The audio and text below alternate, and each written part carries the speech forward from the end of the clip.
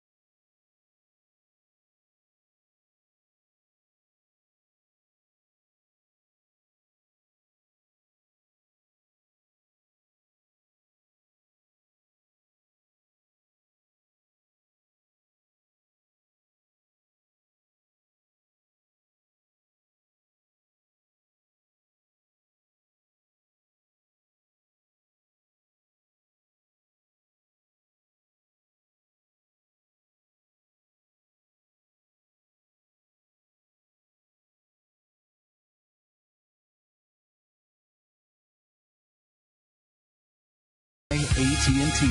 Find out what's possible with the nation's fastest 3G network. AT&T. Rethink possible.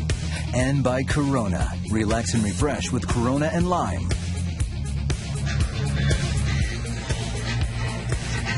Welcome back to the Coliseum, and we're just about set to get this three-game series underway between the A's and the Pirates. Ground rules.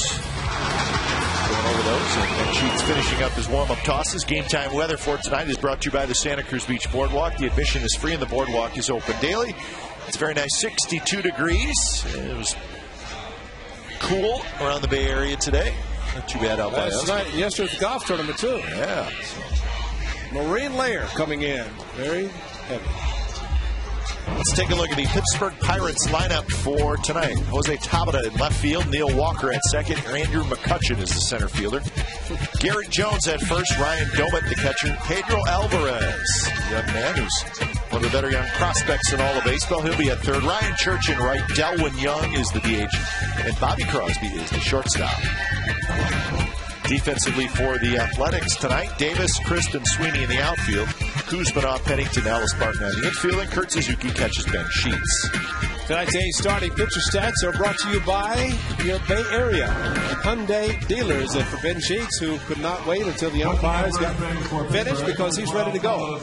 Umpires and Ty Waller and John Russell were not, but Ben's making his 16th start. The impressive thing about Ben Sheets, his ERA is coming down, just to take a little bit longer than he would hope.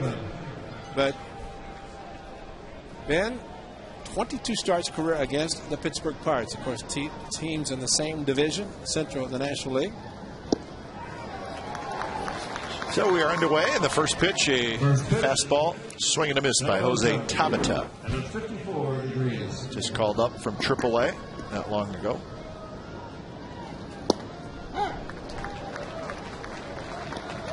So you'll learn about some young players from the National League, from Pittsburgh Pirates. And Bobby Crosby. Yeah.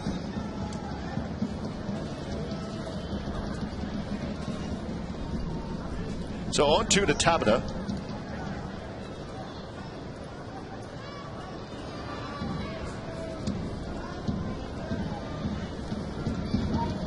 It's a big curve from Sheets. And the Pirates really having a tough year. They're 25-47. That's the worst record in the National League and the second worst record in the major leagues. Only the Baltimore Orioles are worse. It's John Russell, his third season as the skipper of the Pirates. Curveball, swing and a miss. So Sheets starts the game out with a swinging strikeout. Check out our keys to the game brought to you by Toyota. Of course, take advantage of the Pirates' woes. And I mentioned they're a young team, but 6-0 against the Pirates in Interleague. The A's are. Sheets 4-1 last starts against the Pirates, but question of how many of those players were there 2 years ago in 2008. Probably none. And that's, you could look at the interleague starts for pitchers in the case of Ben Sheets, but of course missed all of last year. And certain teams have pretty good turnover in personnel.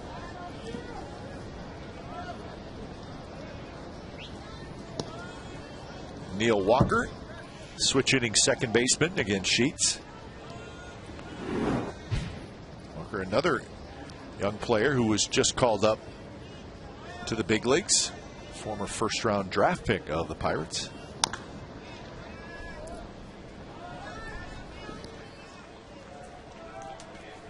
Pirates have lost 15 of their last 17 games. I'm just reading what's in the notes, folks. Well, I don't mean to bury the Pirates, but the numbers are there. Well, they know they were swept by the Texas Rangers. And, well, so it's Rangers won 11 in a row, so again, Rangers are sweeping everybody. John Russell, a former catcher. I pop up down the left field line. Rajai Davis into foul territory. Not nearly as foul as I thought it would be. But hit far enough that came close. Had it stayed fair, might have hit the foul pole. A list you don't want to be at the top of. Most consecutive losing seasons, the Pirates, 17. Which football team do they pass? I think they got somebody. Yeah, that's a tough number. The last time that they had a winning record was the last time they made the playoffs, and that was 1992. That was a pretty good run they had in the early 90s. There's a line drive down the right field line. Sweeney chases it down, and Walker is going to have a 1-out double. Still say there are times that certain hitters see ball, hit ball. Pretty good curveball from Ben Sheets. 3-2. Went down and got it. Hit Walker and hammered it to right field. Fortunately for Ryan Sweeney, got to it quickly enough to keep Walker at second and not stretching it to a triple where he'd be in scoring position less than 2 outs, or at least a third less than 2 outs. But pretty good swing on a pretty good curveball. Here's Andrew McCutchen. McCutchen, a very talented young man. 305, 7 home runs. Plays a very good center field.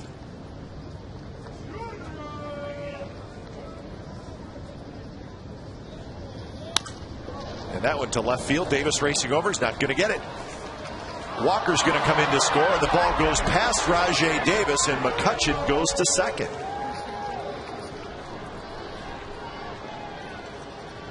It's going to be an RBI hit for Andrew McCutchen. Trying to go inside, but missed location. Fastball inside. Rajai Davis went to get to the ball and backhanded. It just did not get the glove down quickly enough. So a single RBI, E7, allowing McCutchen to get to second base. Rajai trying to hit a double. Game a double. Okay. Well, I kind of agree, because it looked like he was trying to get to the ball, cut it off to keep McCutchen from getting a double. So McCutchen gets his 23rd RBI, and the Pirates take a 1-0 lead here in the first. The hitter is Garrett Jones. Quick meeting at the mound.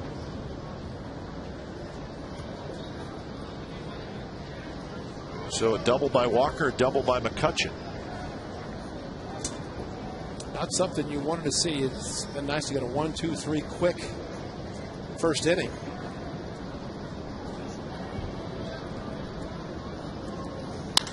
There's a line drive. That's a base hit. McCutchen had to make sure it fell. He'll stop at third. So first and third, 1 out. Fastball left up, and pretty good hitting going to the opposite field by Jones. So you could say so far, except for the strikeout, the first batter, the next 3 have hit, especially the second batter, Walker, with a curveball. And then the other pitches have been left up in the zone and hit hard. Here's Ryan Doumit. He is the catcher. And Doumit has pretty good numbers against Sheets. He's 4 for 11 with 2 home runs, so not a huge amount of at-bats, but how many double plays has he grounded into? 1, maybe tonight. Just to make us all feel good, a lot. And I have no numbers in front of me to prove that. Well, just one in this first inning would be very helpful to get the A's back in the dugout. Doumit, switch hitter. Okay, so far, Ben Sheets has Kurt Suzuki moving all over behind the plate. First 2 pitches are supposed to be outside, both of them inside. Suzuki had to go to his knees to get to them. Doumit hits one high, foul territory, and it'll drop right in front of the bullpen. Nice play, huh? Kevin? Yep. Boy, Kevin, it's a great play. No problem either. He had that baby. He's got grass stains on his pants. What about Home Depot? Oh, that might be our Home Depot there. Great play, Kevin. Wow. Double ear fly. He's feeling good about himself now. Look at grass stains already. Yeah. See that on his knee? Nothing against Kevin, but if that's our Home Depot, we're in trouble tonight. 2-1, hit hard and squirts past Derek Barton, and everybody's going to be safe. Run comes in to score.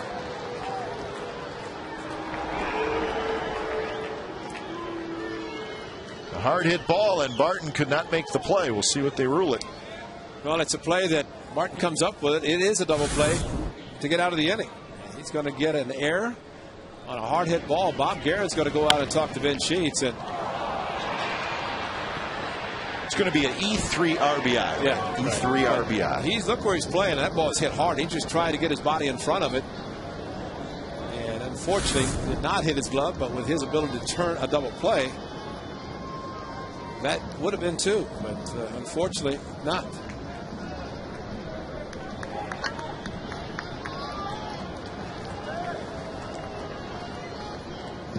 So Domit gets his 26th RBI. Jones stops at second base, and this is Pedro Alvarez. Now batting, third baseman, number 17, Pedro Alvarez.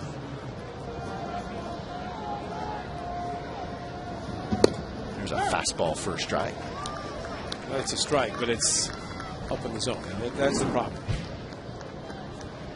You may have heard of the name Pedro Alvarez, second overall pick in 2008. And he made his major league debut just a couple of weeks ago.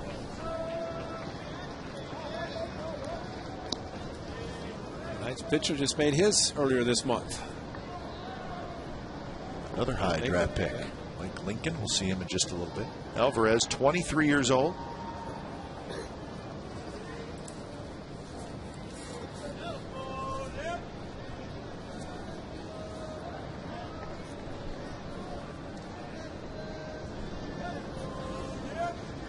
Played collegiately at Vanderbilt.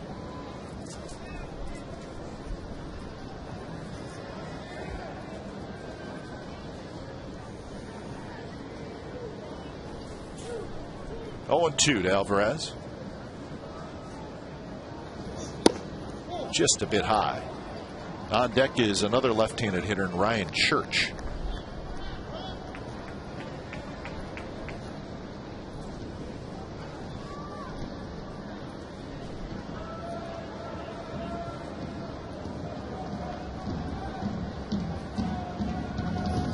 Swing and a miss on the curveball. His second strikeout for Sheets. Trying to minimize the damage here in the first inning. Harder curveball, better one this time because it was thrown harder, even though Suzuki had to backhand the ball. But got the good curveball for the big strikeout.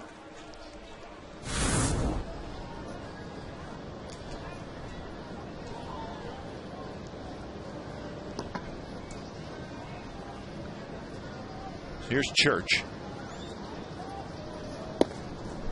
Curveball in for a strike. Church hitting 180 with a couple of home runs and 13 runs batted in.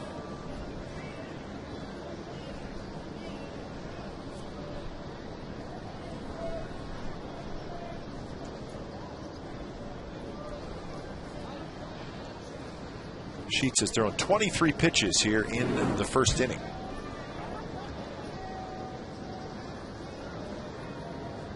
Church has been a pretty good hitter, but last 50 at bats, only 5 hits, and I would not expect that. Yeah, I always thought he was a pretty good hitter as well.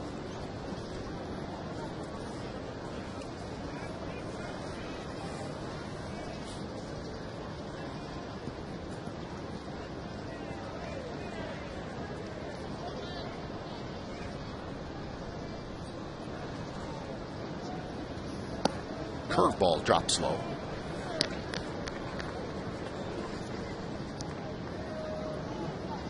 So a couple of runs on 3 hits, and there's been an error so far here in the first. Pirates with the early 2-0 lead.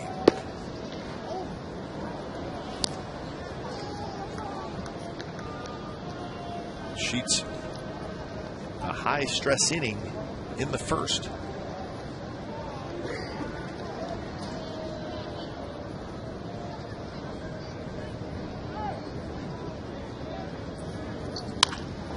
Bounced fair. Barton has it behind the bag. Steps on first side. Retired. A couple of runs for the Pirates. A's come to bat in the bottom of the first, trailing 2-0.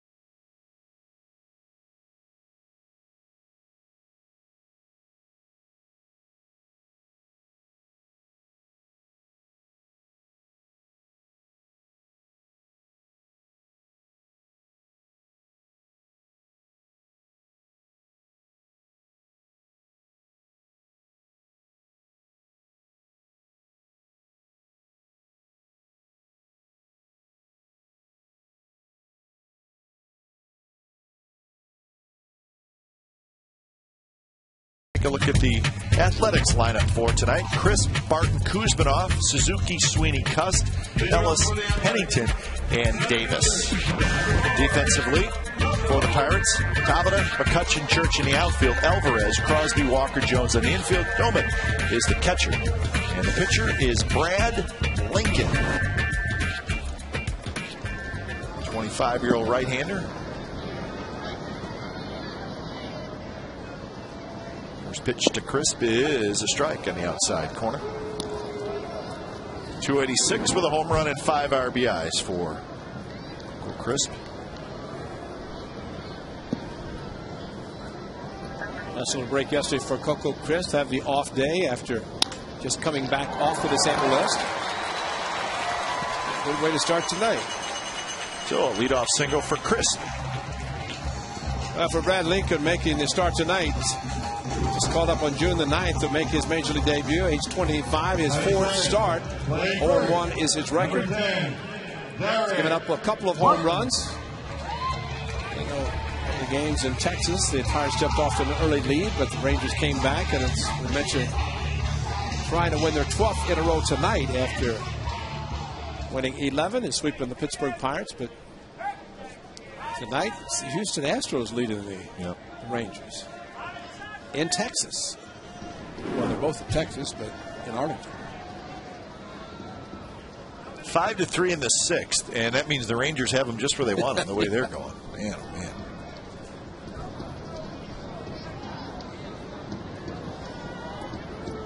Lincoln, a fastball, slider to changeup. Fastball, low 90s. He's got a very good breaking ball. The slider, which is a big break.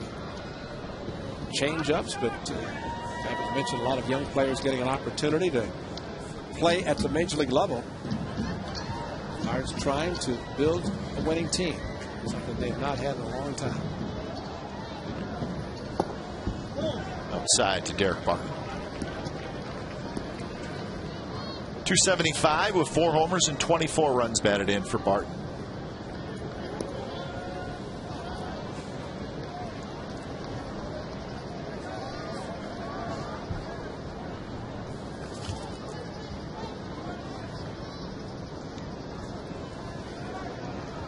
Crisp with a pretty good lead at first. He's not going, and that one's outside. 2-0.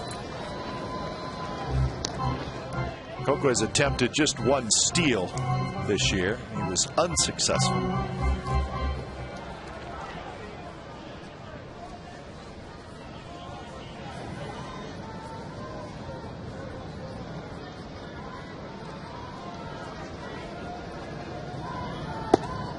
And that's outside. 3-0. So the lineup tonight, you got the Rajai Davis batting 9th, and then Crisp in the leadoff spot. So as you roll through the lineup a little bit, you really have a couple leadoff hitters hitting back-to-back, which is a nice thing to have.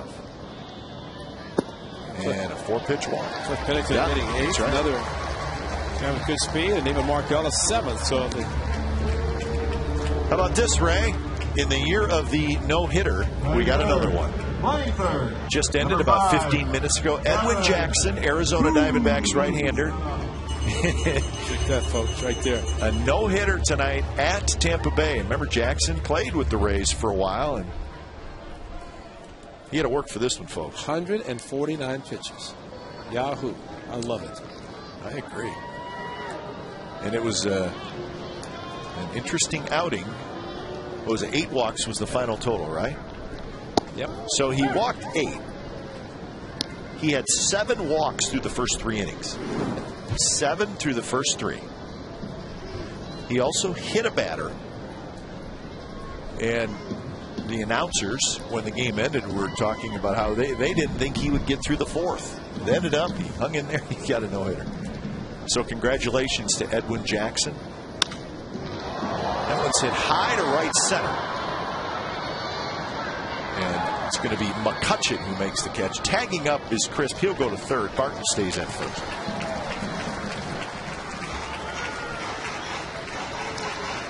Well, it did not get a hit, but a nice long fly ball. And Coco Crisp able to tag up. But Derek Barton was also tagging, had the ball come in to third base. But Crisp was going to make it easily. The thing about Edwin Jackson last year, first time in a long time, and usually if there's a rain delay in fourth inning, a pitcher is thrown enough to start, he will not come back out. But in Detroit last year, that's right, 4 innings, a downpour. Tigers had a 10-0 lead. Edwin Jackson came back and pitched another, I think, 3 innings and threw harder in those next 3 than he did in the first 4. And very rare. So it's not surprising that he's able to get through the 9 innings with 149 pitches, although we'll see how he performs in the next couple of starts, because if he has any problems, guess what? How could you do that to him? Because he had a no-hitter going. Let him go. 0-1 to Kurt Suzuki. And that one inside 1-1 now. So that's the 4th no-hitter this year. And of course, that's not counting Galarraga for the Tigers. But that's 4 total, but the 2 perfect games. Exactly. So 2 no-hitters, 2 perfect games. Huh.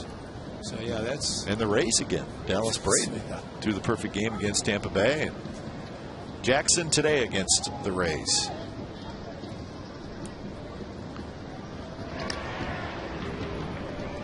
I'd like to have seen what Dallas Braden was eating. Popcorn? I don't know. It's a bag of something. He's into it, whatever it is. Sunflower seeds? No, it's a different. Unless he brought his own. Didn't recognize the bag.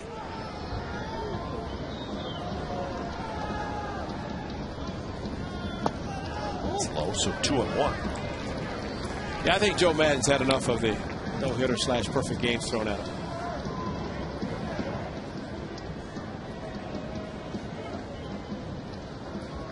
Especially on that turf in Tampa. Get the ball on ground. It's an easier chance for the ball to get through the infield. Last out was a ground ball over the mound. The shortstop made a nice play on. Suzuki popped it up right near home plate. And now the first baseman, Garrett Jones, comes down and he makes the catch. So 2 outs. But Kurt Suzuki had a 92-mile-an-hour fastball right down the middle, and probably cannot believe he didn't hit it out. Instead, hit it straight up. So 2 outs, and here's Sweeney. So Sweeney will try to pick up his teammate.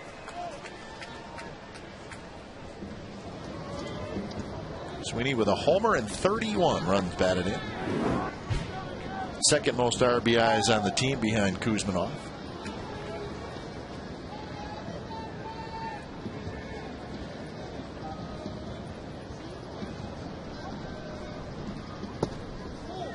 Just missed in the count. 1-0.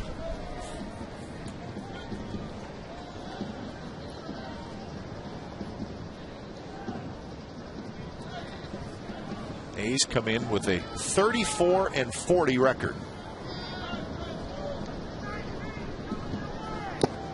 So they have unfortunately slid quite a ways away from the 500 mark, which you work so hard to get to and get over. Well, by the end of this next 9 games, if the A's play like they're capable of playing, the A's should be at the 500 mark by the time the next homestand should be against the Yankees a week from Monday.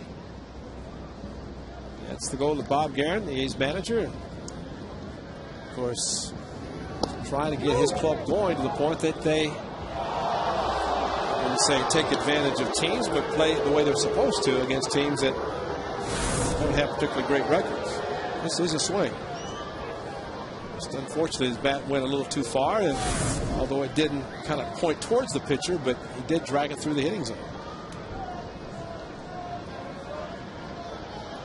So 1-2. Chris still at third. Barton still at first. Every time Lincoln misses, it seems to be in that same spot, down and away to left-handed hitters.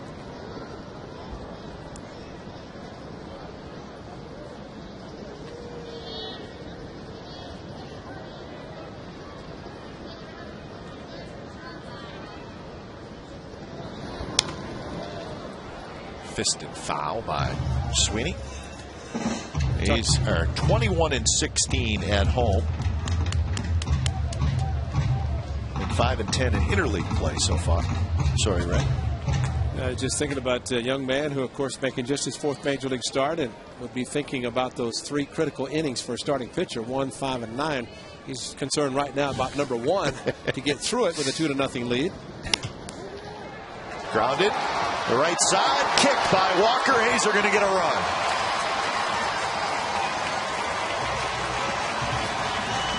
A's will take it. That's an error on the second baseman Walker on really what was a pretty routine ball. Well, after the first baseman went after the ball and was not able to make it come up with it, then it was going to be up to second baseman to feed the pitcher, and Lincoln was there in plenty of time, but Walker could not come up with it cleanly. So 2-1, and the A's still have runners on the corners.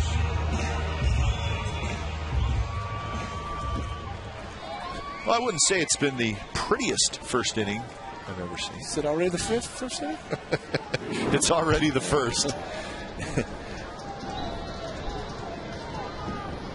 Cuss takes a bit low. But for a pitcher looking for his first major league win.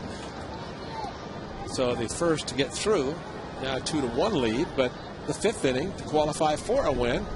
If he gets through 5, the bullpen can hold it. That makes it a very long game. Cust, shallow right center. McCutchen dives, and he caught it. No, it dropped it. It popped out, and a run scores. Going to third is Sweeney.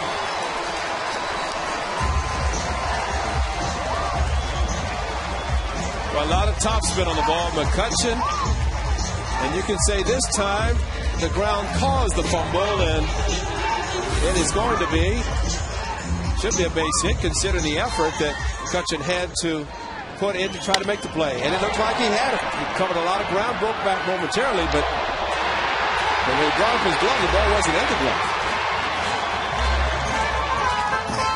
He caught it waist high, but then when he hit the ground, ball popped out.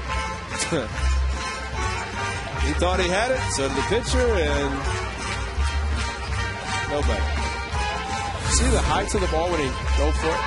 He did not need to dive. All he do is turn his glove up, catch the ball, keep his feet, run in the dugout. And if you don't dive, you don't hit the ground. That's right.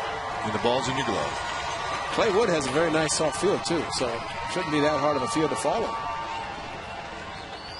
A's will take it, and they've come back to tie it at 2. Runners again at first and third for Ellis.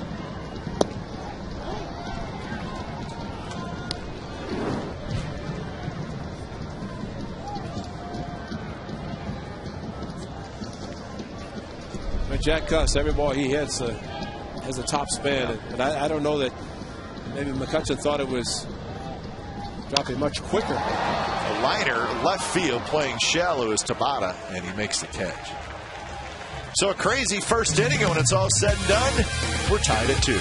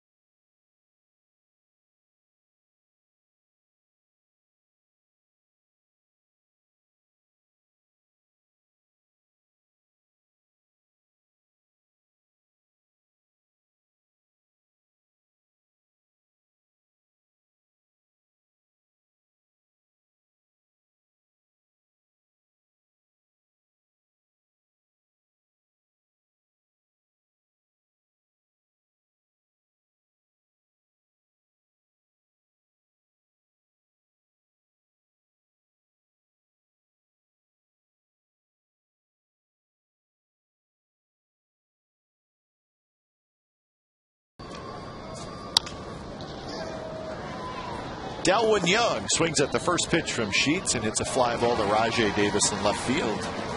It's a 1 pitch, 1 out here in the second. Batting ninth. And that'll bring up Bobby Crosby. Number 2, Bobby Crosby. Oh, Bobby Crosby. Good to see Bobby back in Oakland. And he's a hot hitter right now. Yeah. 10 hits in his last 15 at bats. Well, it's been playing a little bit more regular last couple weeks. John Russell, a lot of credit to the manager, knowing Bobby's coming back for the first time to Oakland, where he played for so many years, and putting him in the lineup. I asked Bobby, I said, "You see the guy wearing your number, former number?" Adam Rosales, he said, "Boy, it's weird." He said, I looked at him and I said, "That's me." And it is. I mean, Adam Rosales wears the same type of uniform. I mean, as far as with the pant legs up high and wearing the number 7 that Bobby wore, playing shortstop, second, all the positions. But I figured Bobby would say that because that's what we said immediately in watching Rosales. Here's Tabata, the leadoff hitter.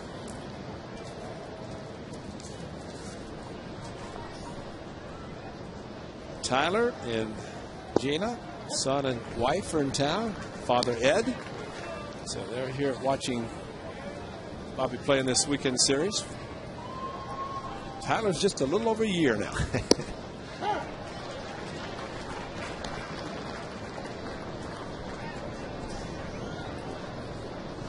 So 1-1 the count to Jose Tabata.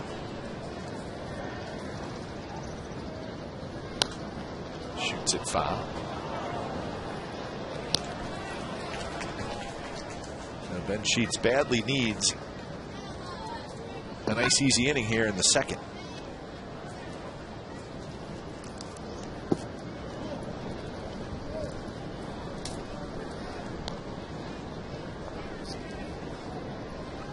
Tabata struck out swinging in the first inning.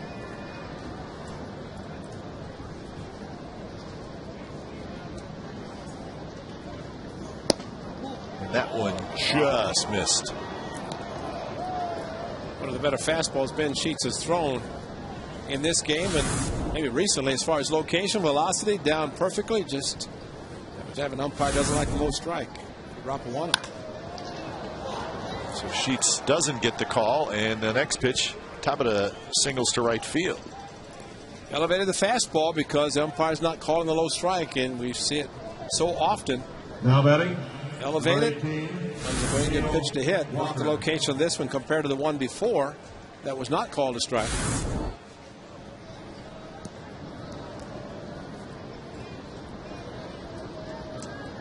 That is Ed Rapawano calling balls and strikes.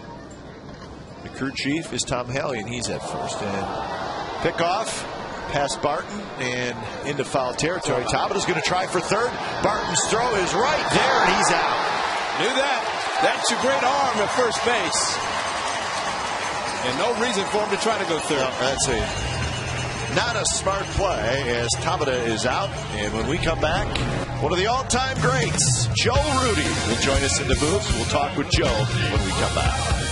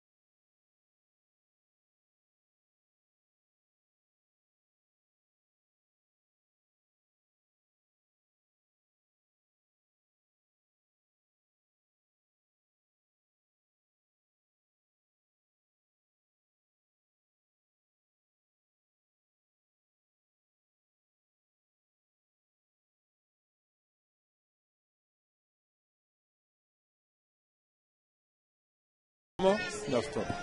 No problem.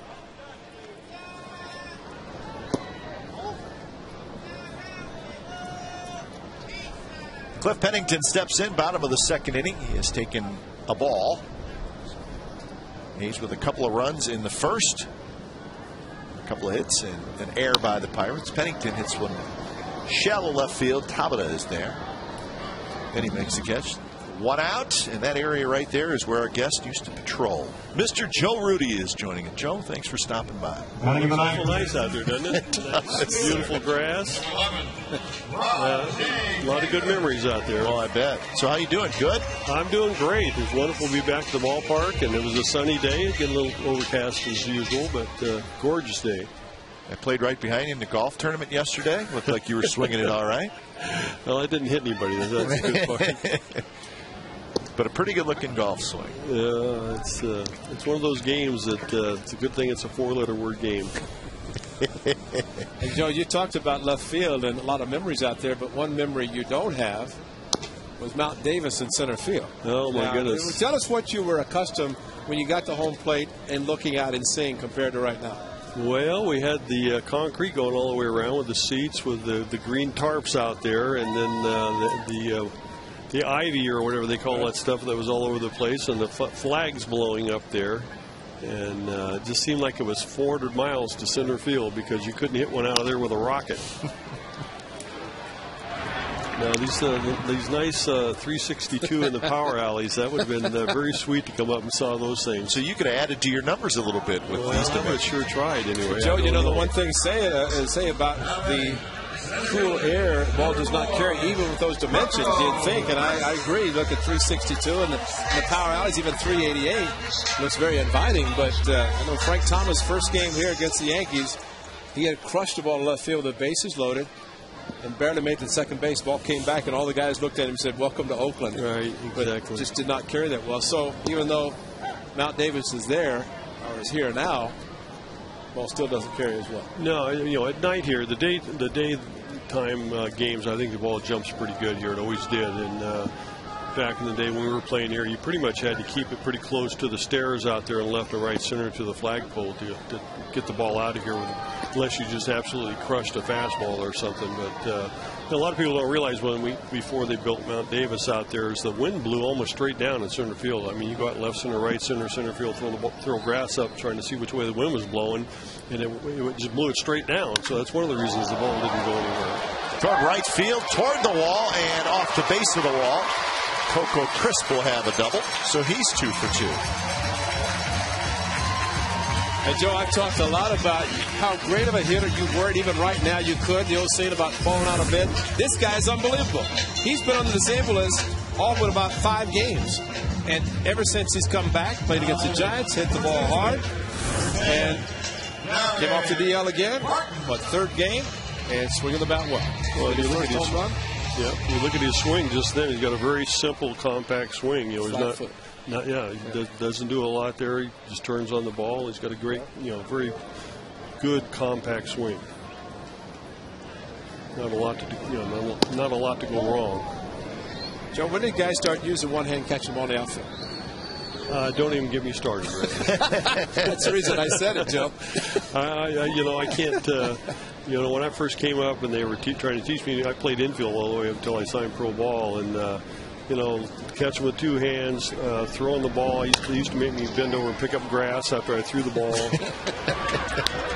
We'll continue our conversation with Joe Rudi and maybe look at a few World Series highlights of our guests when we come back.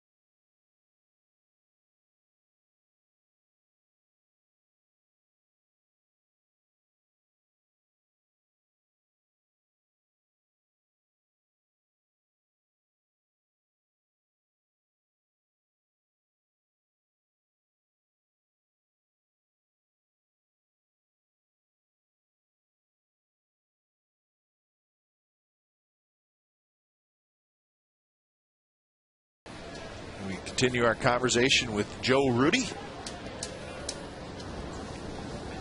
Talk about the World Series, 72, 73, 74. You guys teammates for 2 of those 3 years. Seems like just like yesterday. Yeah, you saw what our hair looked like, the color of hair. That was yesterday. We were in trouble. Until we look in the mirror. Who's right. that white-haired guy looking at us? Yeah, we're looking at turn back the clock. We wish we could turn it back about 30-some-odd years. Oh, boy. See, you don't look any different. Come on. Yeah, right. No, he doesn't. No, it's great. It's getting a little thinner. That's what I could say. He can still play today. In my mind. Probably hurt a lot trying to swing. 3-time All-Star, 3 Gold Gloves. It was easy to get a Gold Glove in this ballpark. It was great to play defense here. Really had some pitchers that not a lot of strikeout pitchers. So they could put the ball in play, and they'd have to tell us a story, which I found out tonight. You told me, I couldn't believe it. I know you told Dallas Braden, talking about his perfect game, that your first game played was with Catfish Hunter's perfect game.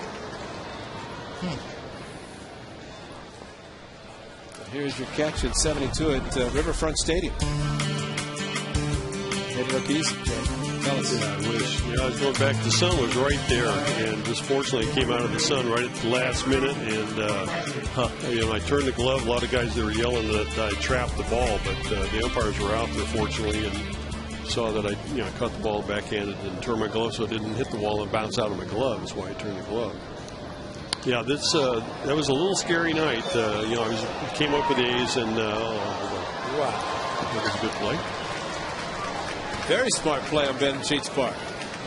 Probably did not have a chance to get McCutcheon because of his speed, but I don't know what Walker was doing. Of course, the ball was in the air. Maybe thought it was going to be caught, frozen.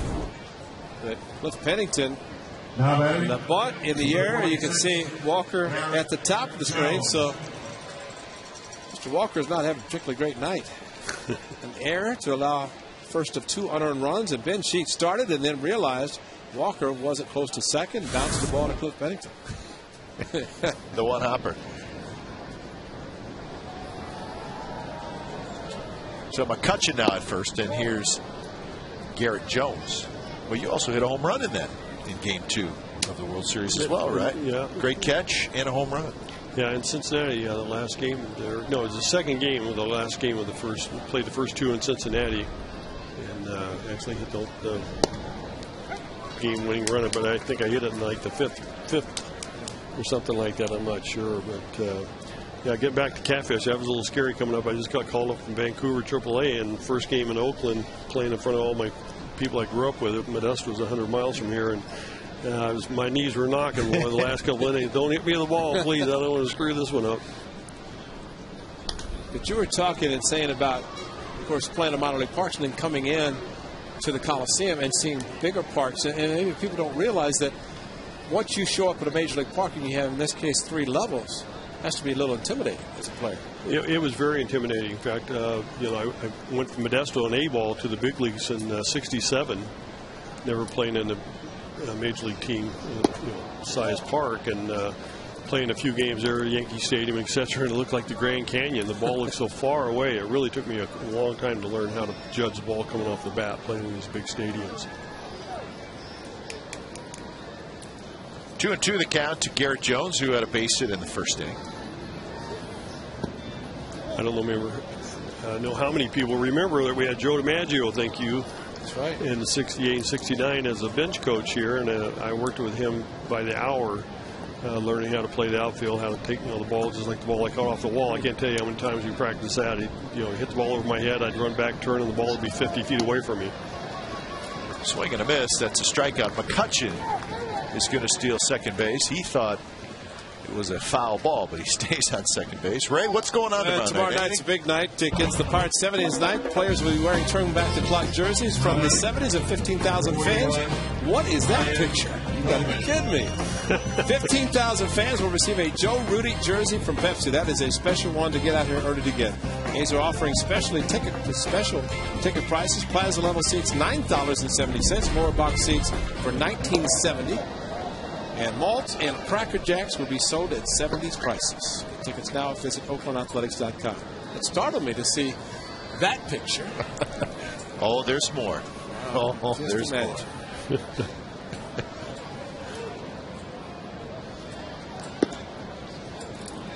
2-0 now to Ryan Doumit, the catcher. McCutchen at second base.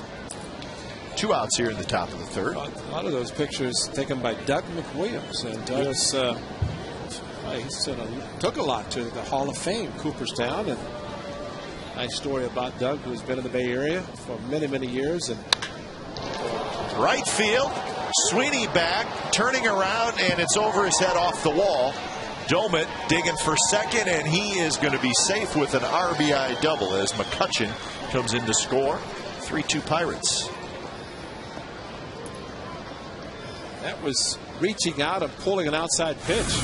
Sounded great off his bat, and unbelievable upper body strength. Guys are strong today, aren't they? Now batting, number 17. Most people don't realize or remember back in those days we were not allowed to lift weights. It was against the rules to lift weights. It's almost like American League pitchers swinging a bat for interleague batting practice. I don't know if you do that either. Remember Darrell Knowles was out for the 73 or 4 series because he tore his thumb up taking batting practice. Right. That's right. Our number 1 lefty. Pedro Alvarez is the hitter. It's amazing you guys weren't allowed to lift weights, but you never got hurt.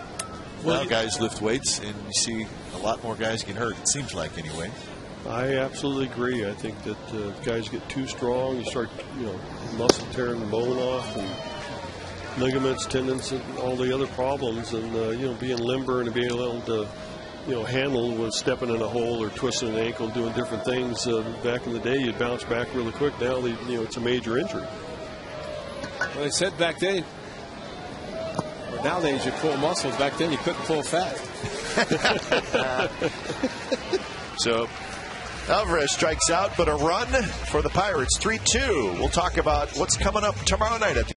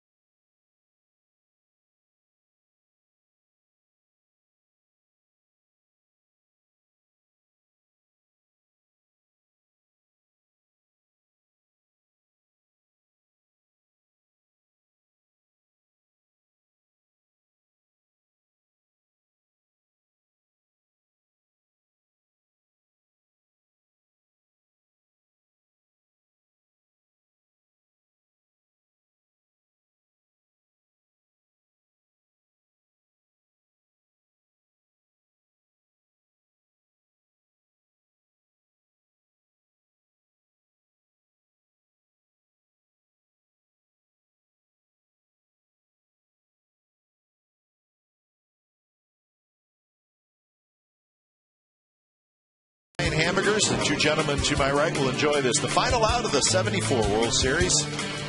There's my partner. Crunch. Ouch. Oh, Captain Sal. I had neck surgery that summer.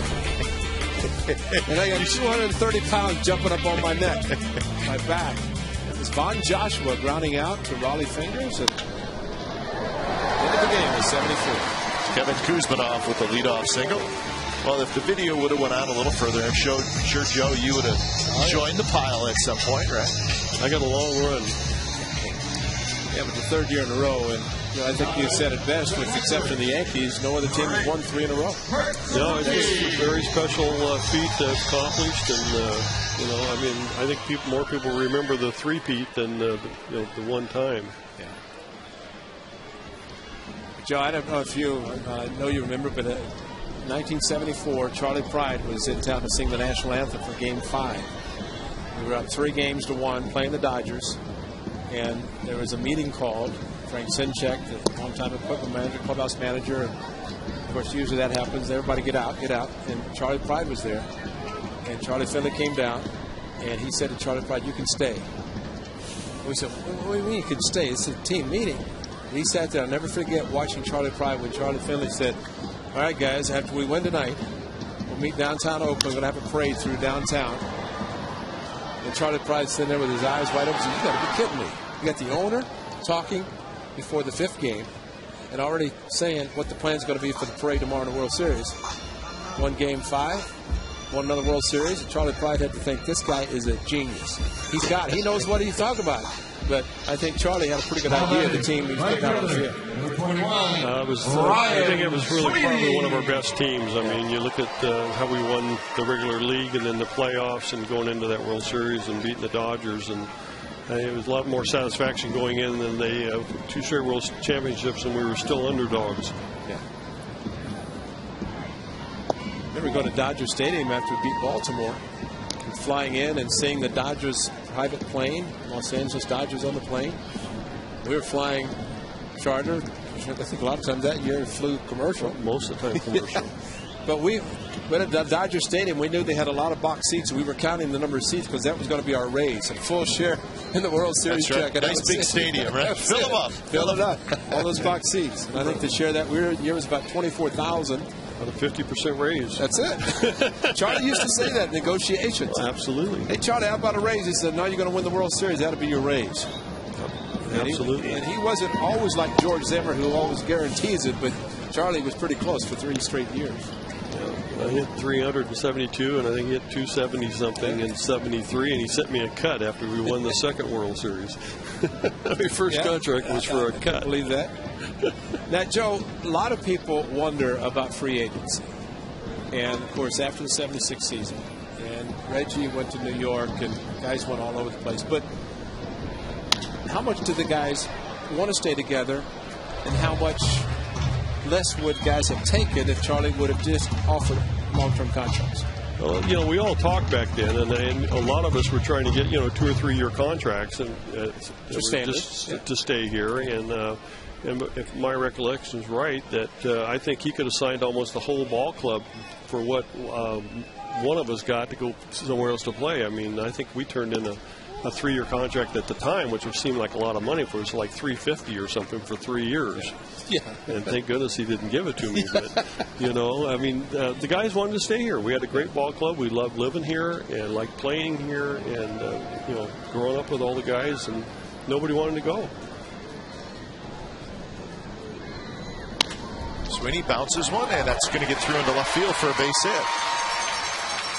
A couple of hits here for the A's in the third.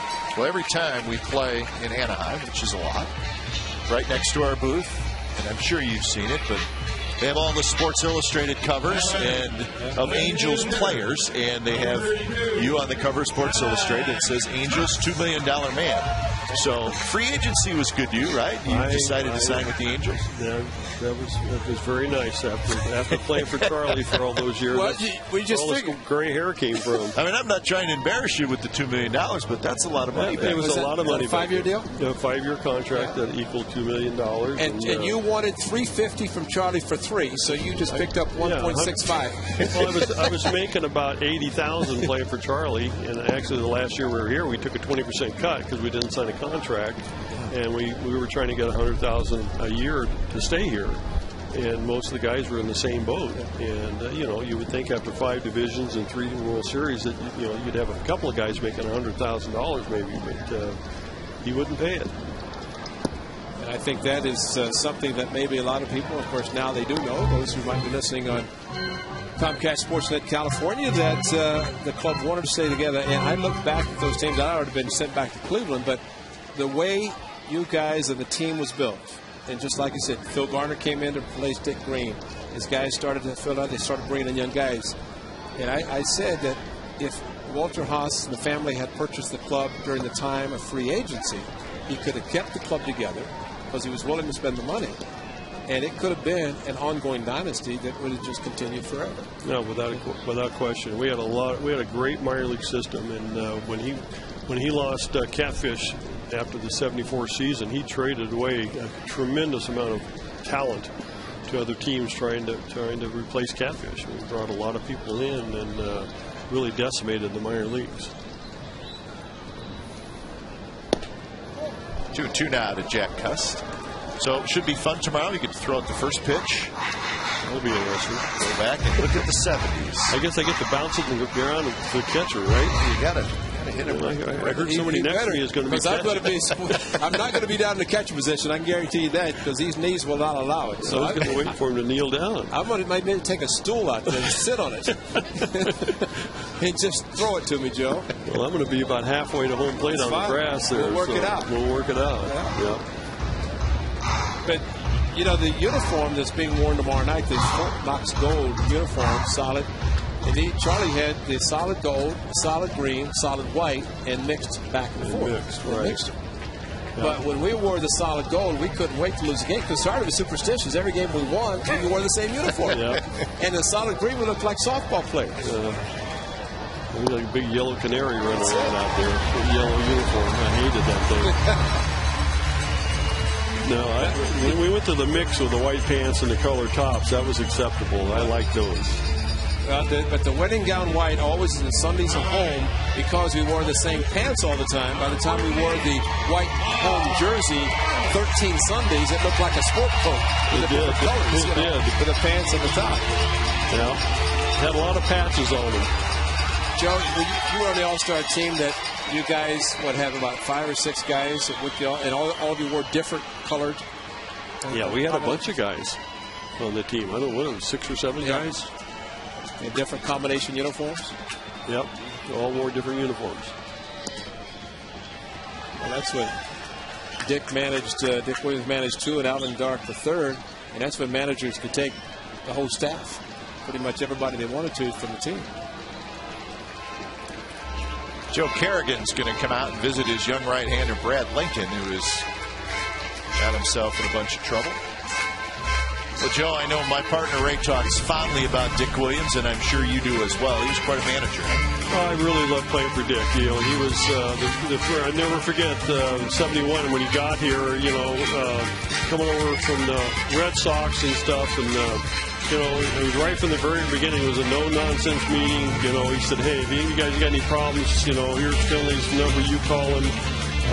But, you know, I'm calling the shots, and we're going to play the game my way, and we're going to play winning baseball. And, boy, I tell you what, when he didn't think you were playing that way, he let you know in a hurry. And that was a great thing about it. We didn't beat ourselves much, and I think we played very good fundamental baseball. To right field, and that's going to be a base hit. A's are going to tie it on the single by Mark Ellis. And the bases are still loaded.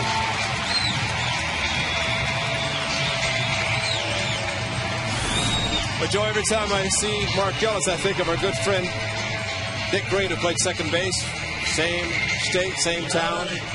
And a lot of similarities in Mark Ellis and Dick Green, especially playing second base and that opposite field hit. Dick Green had more power than anybody, probably could have hit home runs, but never really worked at it. But Mark Ellis, Dick Green, I think came out of the same mold. Yeah, I think so. You know, Mark's a very nice young man. I met him a few times, and I was just thinking the same thing. When he got the hit and saw him there, thinking of Dick Green automatically, and what a great player he was, and such a big part of our success. So Pennington, a chance to give the A's the lead. Pennington hit a fly ball to left field in the second inning. Now 2-0. Good look at Dick Green. Well, that's Mark Ellis. Mike Epstein, and of course, turning double plays, he took in, he didn't care. man, he can play. Yes, he could. A great relay in the 74. Turned his quick double play, didn't he? Very quick. Well, the amazing thing about him is that you put down a sign, and as a catcher, you look up, and of course, he always watched the signs, position himself, and you look at it and say, oh, he's not where he should be. Next thing you know, the ball's hitting, he's right in front of him. But he'd hold his position, but knew how to play the hitters as well as anybody. Yeah. Just a great combination with he and Campy at second and short. Now, we had a great system out there between switching back and forth, the guys relaying the signals to the outfielders so that we knew what was coming in the position and all that stuff. I never knew that. Oh, yeah. They would, see the pitcher wound up, they would give us an open glove, closed glove type thing and position and all that stuff. I was a teammate. I never knew that. Wow. That's good, though. You know, those running starts I got towards the line, I knew it was on a change-up or a curveball coming. Well, that's smart. You never hear about that. Well, you know. Isn't that great? You come to the park, you learn something every day. Never knew. It's 40 years ago, huh? I know that an infielder could give an outfielder a sign, let him know, and so he could get the extra jump. I needed all the help I could get. No, you didn't. To left field. Taveda's going back. It'll be good enough for a sacrifice fly as Sweeney trots in to score. And the A's grab the lead at 4-3 on Pennington's sac fly. Well, from 3-0 to 3-2, and Pennington doing exactly what good hitters do with the runner at third, less than 2 outs. Close the front side, hit the ball to center, the opposite field. That's exactly what he does with a pitch outside. Did not roll over and hit a ground ball. Joe, Rudy, and of course, talk about all the great things, but I always thought you as a hitter, and I watched you play in the old-timers games after everybody retired, but you were kind of a disciple of Charlie Louth there, weren't you, as far as in his teachings? Well, you know, he was the first one to really teach me to use the whole field. When I came up early on, I was always used those real tiny bats thrown on top of the plate, tried to, pull everything down the left field line, and he literally just took me and backed me off the plate a little bit, closed up my stance, and said, "Okay, let's take your piece of pie from down the line to the left fielder, and let's put it in right center." And that's, I think, what really helped me start handling the curveball, slider, off-speed pitches, trying to hit the fastball in the right center, and then the off-speed pitches I was in a perfect position to pull. Shallow right field. Church is going to make the play. A's score 2. Joe, awesome talking to you, and we'll see you tomorrow night, okay? Awesome. All right, the great Joe Rudy. Enjoying our time with Joe. A's.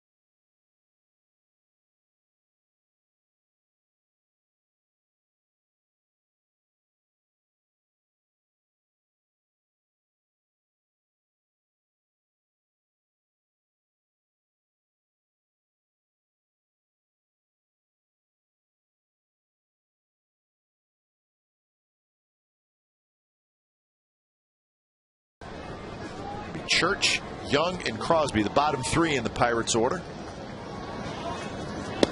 First pitch to Church is a strike. 6 hits for the Pirates. These have committed a couple errors. Ben Sheets has struck out 4.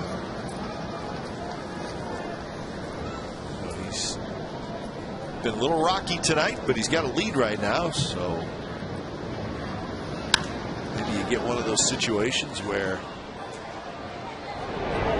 a little help from the defense. Not quite. Kuzmanov made a great effort, but maybe one of those situations, Ray, where you struggle a little bit early, but then team gets you the lead and you settle in, and that's what we hope happens with Ben Sheets. Took him almost 60 pitches to get there. But Kevin Kuzmanov, a long run, then found the bullpen mound and just could not catch it.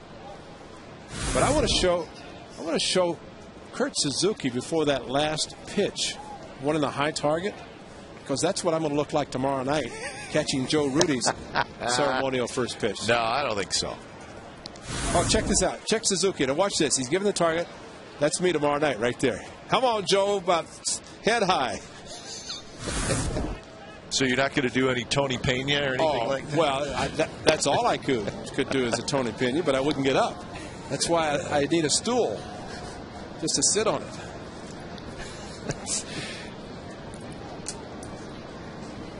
1-2 to Church.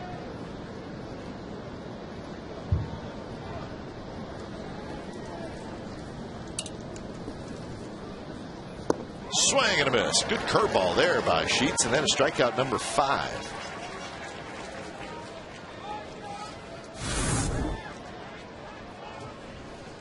Well, it seems when Ben Sheets throws the hard curve, it's one that the hitters are not catching up to. And as we mentioned the earlier, 3-2 to Walker kind of floated, and that's when it was hit hard for the double down the right field line. So Ben has picked it up considerably.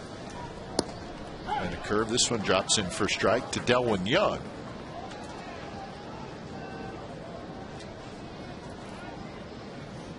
Young hit a fly ball to left field in the second inning. Think about the A's pitching staff, and Ben Sheets is a leader in this regard, and that's getting the ball and not wasting any time between pitches. And you can see most of the A's starters, if not all of them, will do exactly that same thing.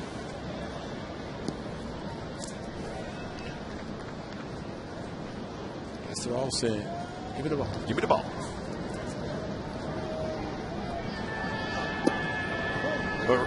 Ray, you told me a couple years ago, I asked you about Joe Rudy.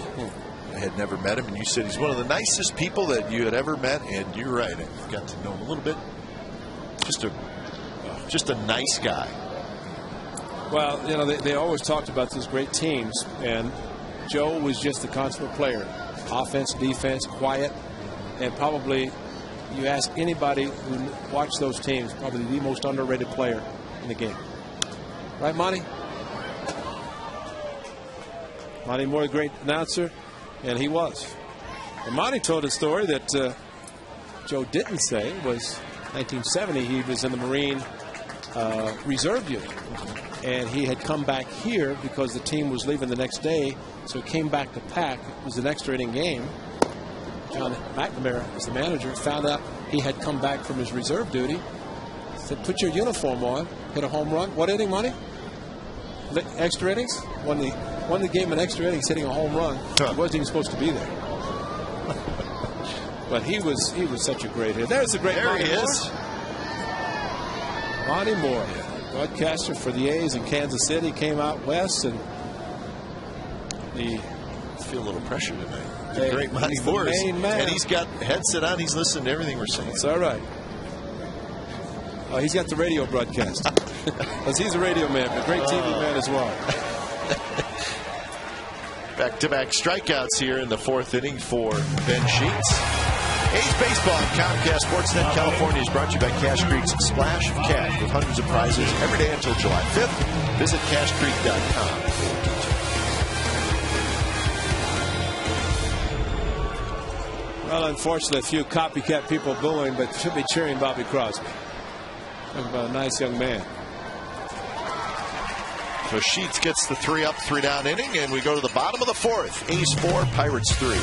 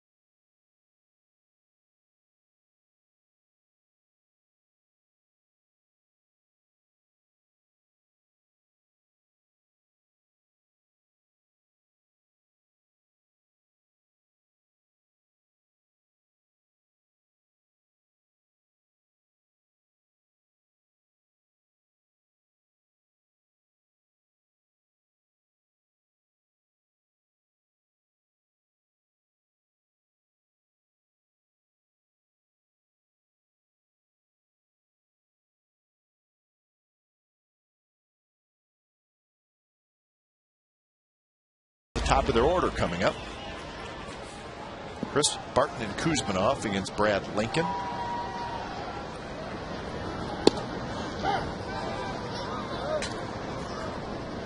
Good night for Coco Crisp. A couple of hits, single, double. Scored a run. That was in the first inning. He scored 2 in the first, 2 in the third.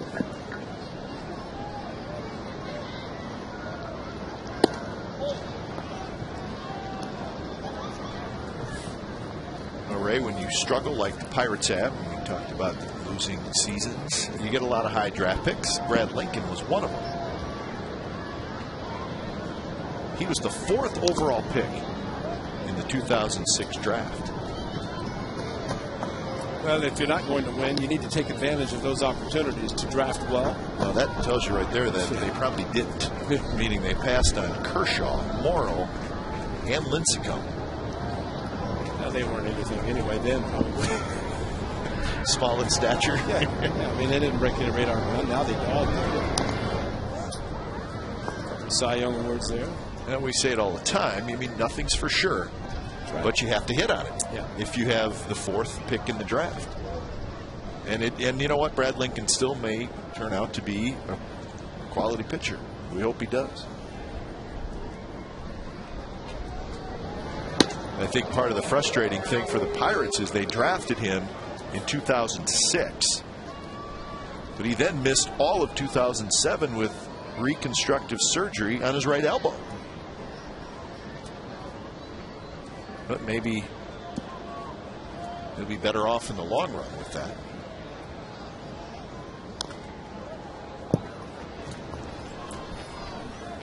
Two and two the count to Coco Crisp. Astros still leading the Rangers 7-3. That game in the bottom of the 8th inning in Texas. The Rangers sitting on that 11-game winning streak.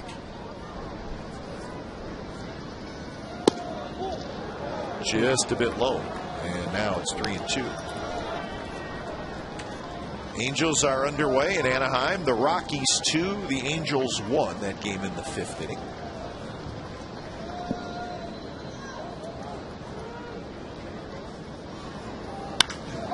Drive, right center. McCutchen can't get it. He was shaded toward left center. He does not pick it up cleanly.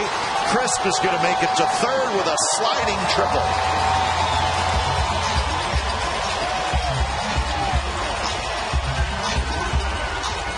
Well, folks, he is a home run away from this cycle, and Coco Crisp, as Joe Rudy described, very still but very powerful when he makes contact. And then watch him run. Great speed. He's had shoulder problems, a broken finger, intercostal, but nothing wrong with his legs, and he shows it there. With a little pop-up slide, lead-off triple on a 3-2 pitch that hit the right center. That's what you like to see, a triple.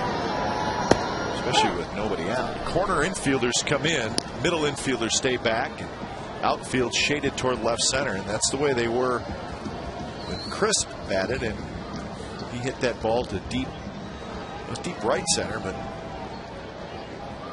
nearly straight away center.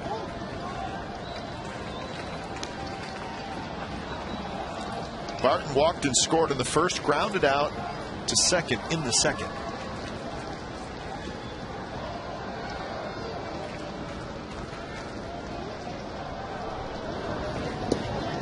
Curveball from Lincoln, and it drops low.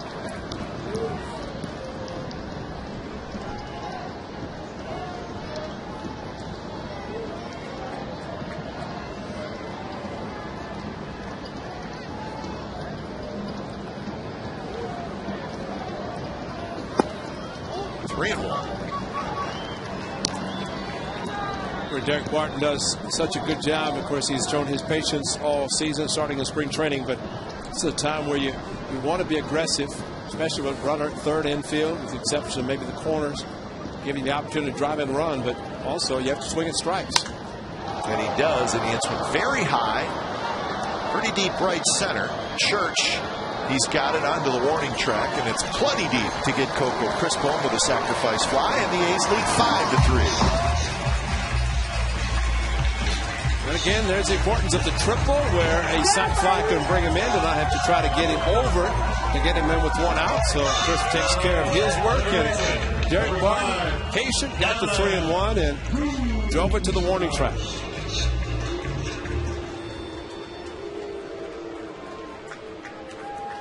So RBI number 25 for Derek Barton. Kuzminov takes outside.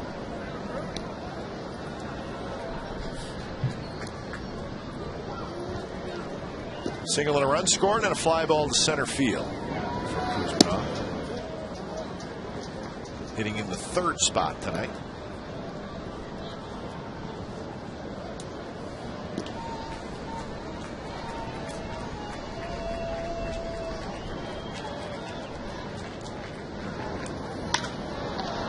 Fastball.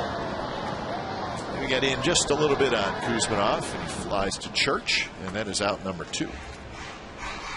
Well, this day in A's history is brought to you by Cabot Wood Stains. June 25th, 1996. Mark McGwire. It's his 300th career home run. It was off Omar Alaveras of the Detroit Tigers. Mac would hit a couple of home runs that day at the Coliseum. Again, that was June 25th, 1996. But 13 months later, he'd be on his way to St. Louis. Yep.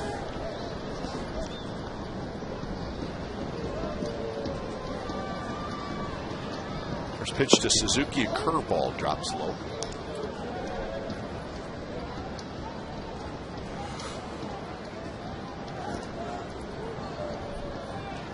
Yankees are at Dodger Stadium tonight. That's an intriguing interleague matchup.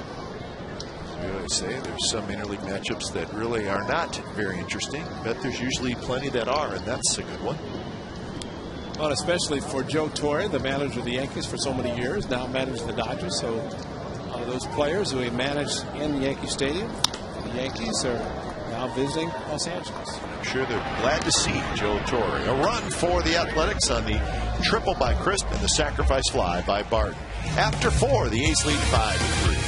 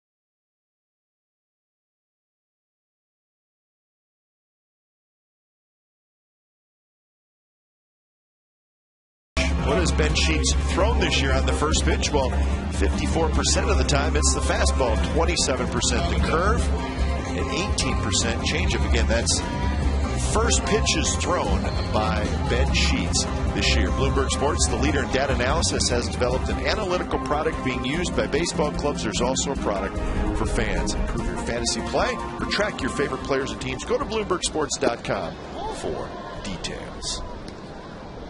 5-3, A's lead, top of the 5th inning.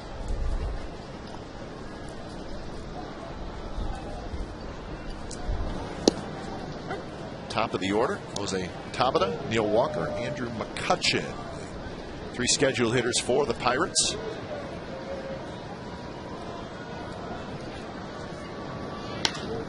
And that's a liner, center field. Crisp is going to get there, and he's got it.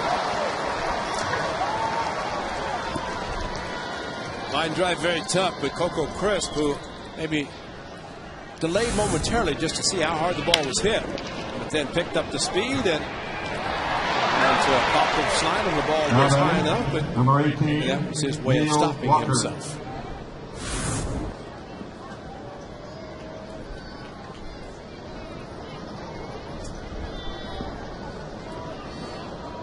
So here's Walker. Had an interesting game today in Chicago. Cubs and the White Sox playing the, they call it the L Series. Like that, I don't know. Anyways, White Sox won 6-0, and that's big news. That one's driven to right field, and Sweeney's going to look up, and that is going to be a home run. Right on top of the out-of-town scoreboard, home run by Neil Walker, and it's 5-4. Wow, what a night. So Crisp is sitting on a possible cycle, and so is Neil Walker. He's not had a bad swing all night. That pitch up high and very hittable pitch. And Walker, who of course made a critical error in the first inning, and has helped his ball club by at least at this point. He scored a run and make it 2 now after this home run.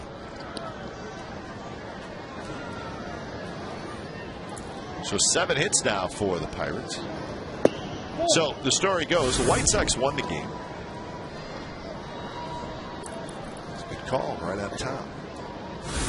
They won the game 6-0, and they have won 10 games in a row. But the real story was what happened at the end of the first inning. Carlos Zambrano gave up 4 runs in the first inning. Ball got past Derek Lee down the line. That was ruled a hit. Kind of got things going. Anyways, at the end of the inning, and Ray, we just saw the highlights, Zambrano and Lee went at it. No punches were thrown, but they were probably thinking about it. Zambrano very mad at what had just transpired, the fact that he gave up 4 runs in that first inning. And Lou Piniella took him out. New pitcher went out there for the top of the second inning. And we have since learned, and it was a day game, that the Cubs have suspended him, Carlos Zambrano, indefinitely. It was kind of an ugly scene in the dugout. So it's the Cubs, not the league. It was the Cubs not who a did it. situation Yeah. where he threw at somebody, or it was more of a club decision. Pennington charges. He's going to have to hurry. McCutchen's fast, but Pennington uses that strong arm to get McCutchen for out number 2.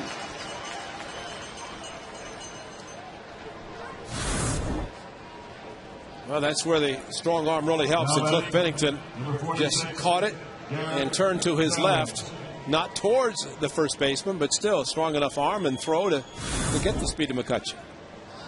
That's the beauty of having a very strong arm. But I guess lost in that whole story in Chicago, Ray, is the White Sox. Yes. Again, they won their 10th in a row. They picked up a game on the 2 teams ahead of them, Minnesota and Detroit. So the White Sox are just a game and a half out. That didn't take long. Well, I think not too long ago, Kenny Williams and Ozzie Guillen were going after each other, and a lot of talk that maybe one would go, one would stay, and Reinsdorf, the owner, stepped in and said, hey, let's get it done. Start winning. They have started to win. Yes, they have. So everything is all great on the south side of Chicago. Well, with the win, again, their 10th in a row, they're still just 38 and 34, so that tells you how far they were back. But they're in the race, and it looks like it's going to be a 3-team race in that AL Center between the Twins, the Tigers, and the White Sox. And Twins lost, Tigers lost tonight.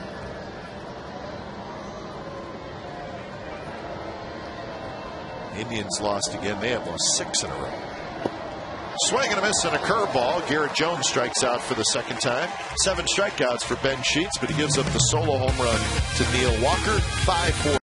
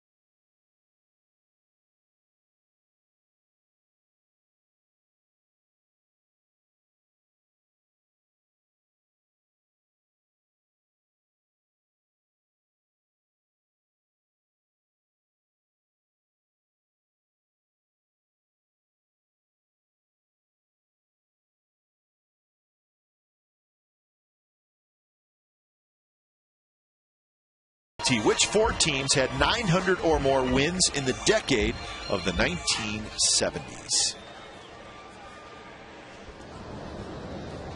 Well, do the math. You got to average 90 wins a year, right? What year? Years? Decade 70s? Of the 70s. So I'm sure the A's are on that list. How about Baltimore? Okay. Cincinnati? Probably the Pirates, too, I would guess. Pirates had a really terrific run in the 70s. If you look at their history from 70 to 79, the decade we're talking about, they won 6 division titles in 10 years and 2 World Series titles.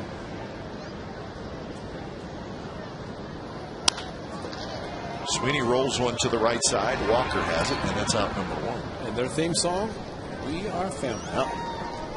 Got him the World Series in 1979. I was looking at number 32. I was looking at that World Series. They were down 3 games to 1 in that series, and they came storming back. And I think they won Game 6 and 7 in Baltimore, right? That's right.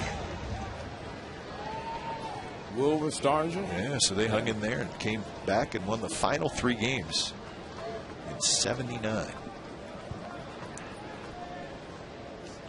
Well, I'm hearing a couple different rumors, Ray, about what uniforms the Pirates are going to be wearing tomorrow. What have you heard? I've heard all black. I've heard black pants, gold tops. No, I've heard it's all black. Is it all black for sure? Okay. Well, that's what Steve Vucinic said, and Vuce would know because I'm sure he ordered the uniforms. Go black with the gold piping. It's actually, should have brought up the picture.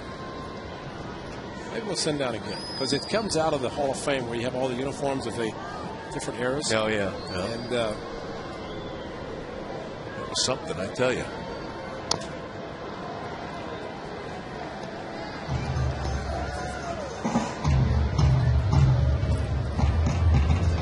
One and 2 the count to Jack Cust, who has singled and walked in the ball game.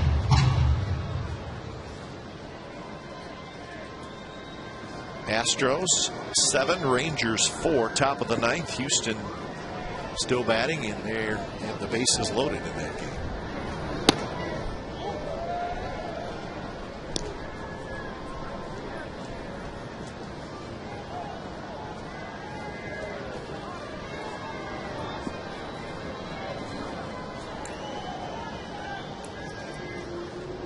.83rd pitch of the night for Brad Lincoln. He's trying to get through that critical 5th inning.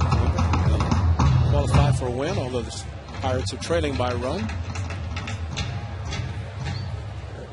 young pitcher making his fourth start, wants to try to go as deep as possible. All he has to do is look at Edwin Jackson, 149 pitches. 149, baby.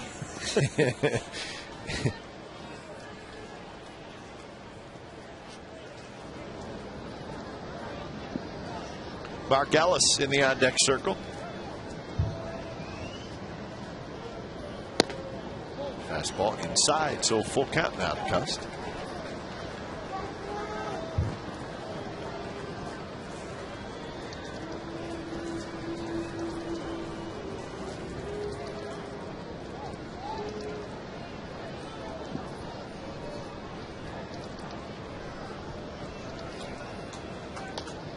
Good swing there by Cust. He fouls it back. Talking about that 79 World Series. Hit to Colby. Yeah. There's the pitch.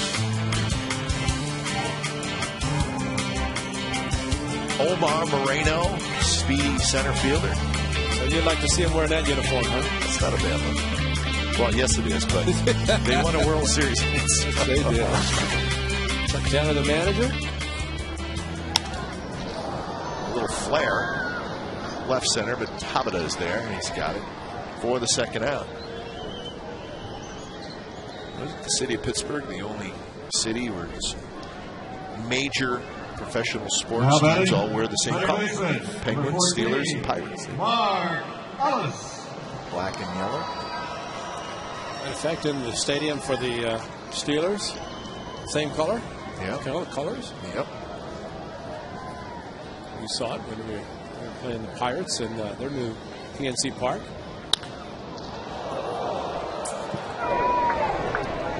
Well, it'll be fun tomorrow night.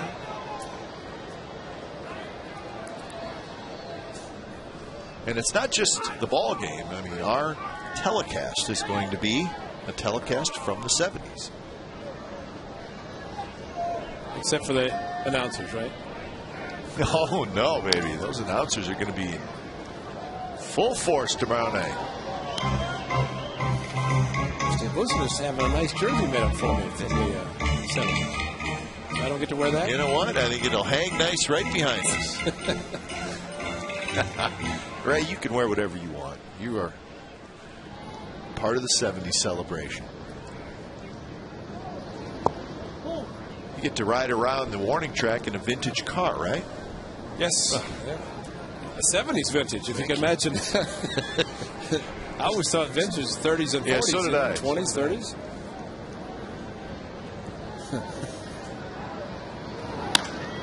Line shot, center field. McCutcheon has it, and it's a 3-up, 3-down inning for Brad Lincoln. We're headed to the 6th, 5-4 A's.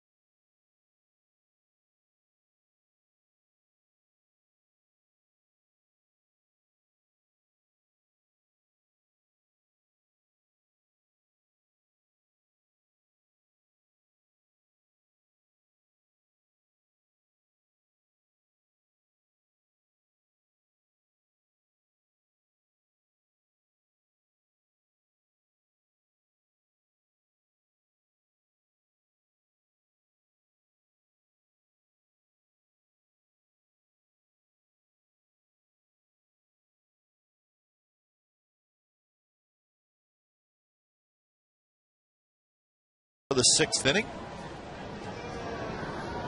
Ben Sheets, 7 strikeouts tonight. And a good curveball. As a result, that was pitch number 90, started the 6th inning.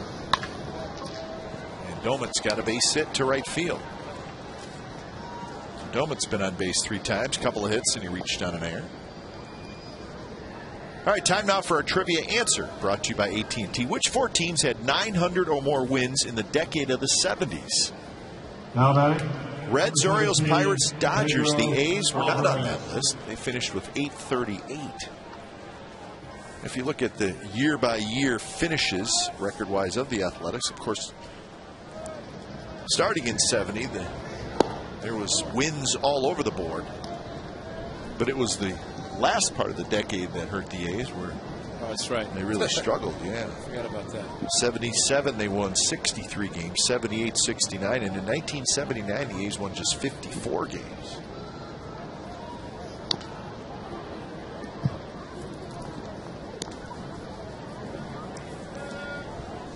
Cap, we know what the A's are going to be wearing tomorrow night, but maybe you can show this with a camera to show what the Pirates will be wearing. Their camera, it is circle. Steve Vucinich had the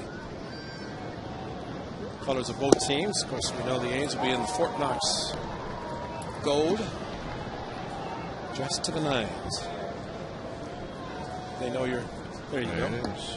The one in the circle. That's all black. That's what we're going with tomorrow. The gold sleeves, and look at the cap. So you got. Look at all the different combinations you can go with right there. I don't think that was all of them either. They had an all white. Didn't show all the A's. Then again, too. The A's will go with all yellow tomorrow night. So you see the solid green, solid gold, and then the green and gold tops with the white pants and the wedding gown white. Ryan Church. Which one was your favorite? Sunday wedding gown. Yeah, I think the all white is pretty sharp. All white was great.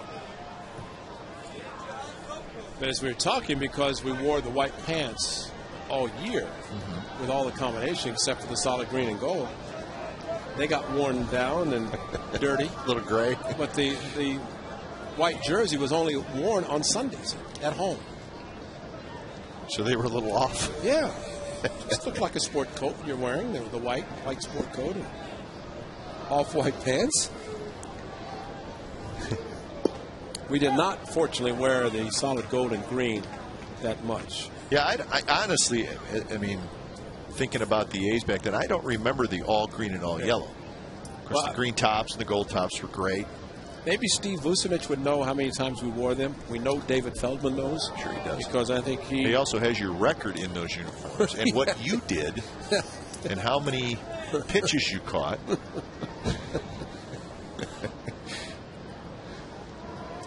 Too much information. But yeah, he's just had these photographs down in the clubhouse to let the players, the A's players, know what they're going to be wearing. Of course, they now know because the uniforms are in their lockers. But the Pirates, I mean, they went with solid tops, pinstripe bottoms, vice versa. I mean, they didn't care. 1-2 to Ryan Church. Swing and a miss. Now, did he get a foul tip? No, he did not. Church is heading back to the dugout. So big curveball and another strikeout. He's got 9 tonight. Kurt Suzuki got hit on the backswing, I believe. Number 24, Delwin Young. Oh, boy, that's, folks, why you're catchers and wear the helmet, because this follow-through hits him right on top of the head. And where you're not wearing a skull, as they call it, the helmet, without the ear flap. So it might be out of the game, but that protects him with the follow-through. Fortunately, he did not turn his head too much. And the bat hit him on top of the helmet. There's that curve for strike. I hate to say it, Ben's throwing better now than he was earlier. No question. That was his 100th pitch. Ziegler's warming up in the bullpen. Fastball just a bit inside. Even the last couple innings, Sheets has been missing inside. He has not been missing by much.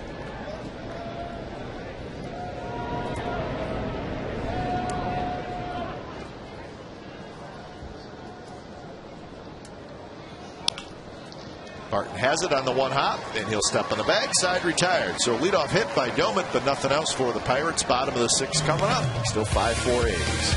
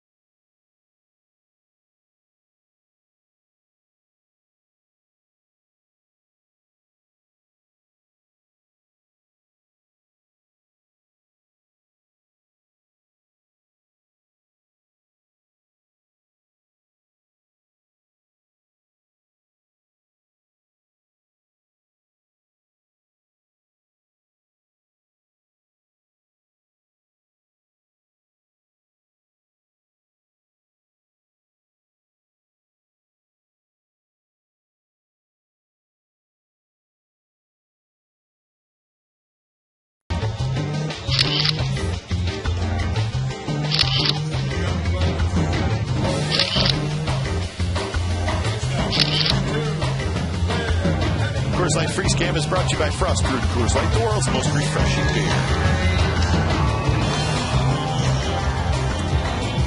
We turn back the clock to the 70s. Do they stop counting pitches? So there wouldn't have been a handshake there, is what you're saying? No. They would have been going back out. 102 pitches. Well, he has been very sharp the last couple innings. Of course, the only person who would have known how many pitches Ben had thrown to this point would have been tomorrow's starting pitcher, who would have been sitting and charting the pitches instead of Adam Roden, the A's video coordinator, downstairs. And so is that going to happen tomorrow? I doubt it. But that means Gio would be in the stands tomorrow night charting. Yeah, he'd be there now. No, tomorrow night because of the Sunday. Yeah, he's starting Sunday. He started Sunday? Yeah. Gio was hoping he would start tomorrow night for the turn back the clock. He's a big student of the game, and his dad, Max, who's been in town and was out at the A's Community Fund Golf Tournament yesterday. With Gio as he played golf.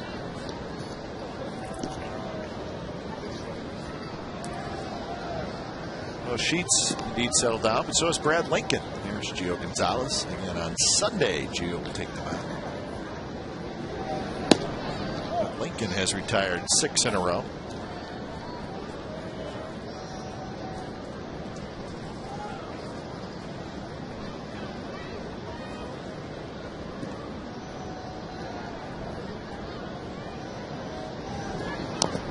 Pitch fouled at the plate.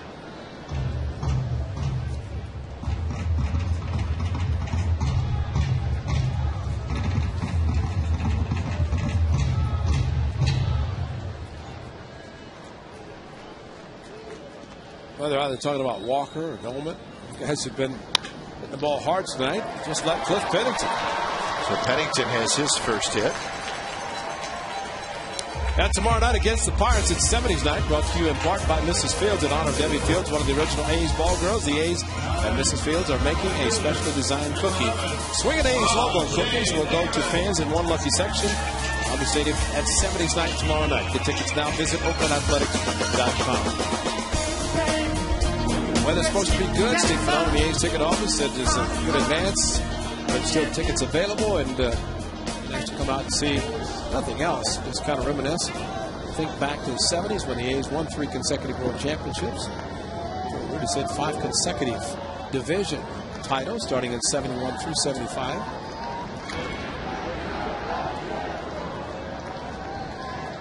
How about come out and just have a good time? Good time.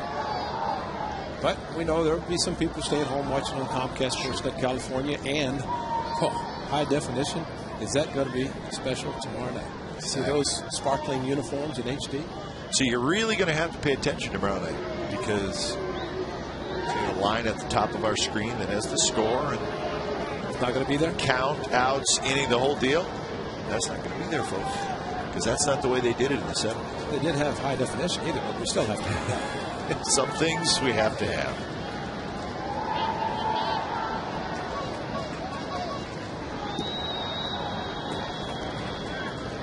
Rajay Davis pops it up, shallow left. Hamada has it, and that's out number 1.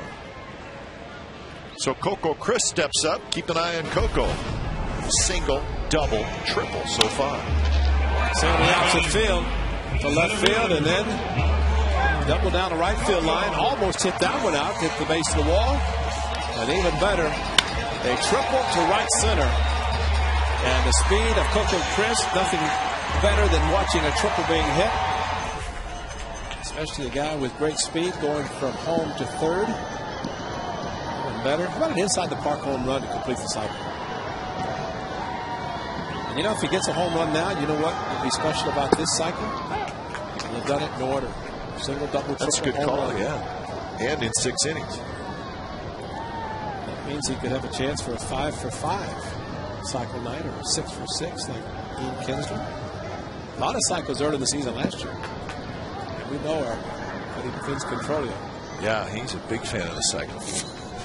Or not. Bluffs the bunt. No, Vinny doesn't think the cycle is that special, but I will say, I think it is. Because you have to have the speed to hit a triple, which means you might not have the power if you have the speed. So to have the combination, he knows we're talking about the cycle. Just do it so we can really highlight Vince Control. And you know what? And get a good look at Vinny tonight, because he will look much different tomorrow night. Trust me. Well, he's going to look a lot different tomorrow night. It's going to be Vinny from yesteryear.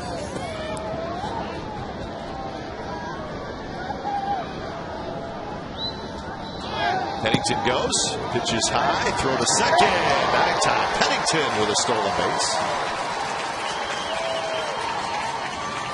Number 10 for Pennington. Doman made a strong throw, very accurate, strong throw, but a great jump by Cliff Pennington. High leg kick by the starting pitcher, and breaking ball, pretty good pitch to throw. And there's your arm strength of catcher Doman, and Bobby Crosby is always straddling the bag at second to make the tag, but there's the hand in quickly by Cliff Pennington. The two shortstops for the A's behind each other. McCutcheon, he's got a beat on it. So Chris flies out to center field. Last year, Bobby Crosby, his last year with the A's, and when Lyman Cabrera was traded, it was Cliff Pennington taking over as shortstop and played the last 2 months of the season. And Bobby left, and as a free agent signed with the Pirates early in the offseason. Rookie of the year 2004, and I just would love to have seen Bobby play his entire career here.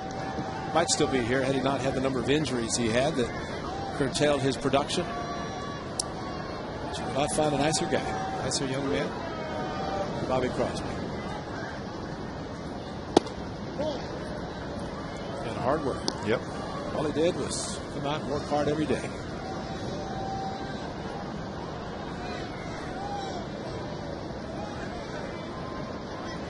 Want to know to Barton. He's been in the middle of the A's scoring tonight.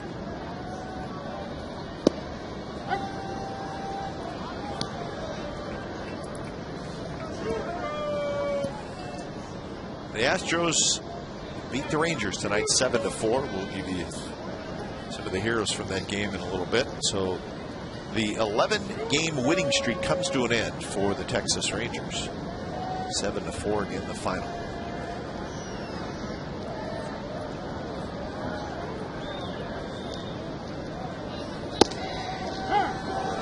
Angels and the Rockies are tied at 2. Top of the 7th inning in Anaheim.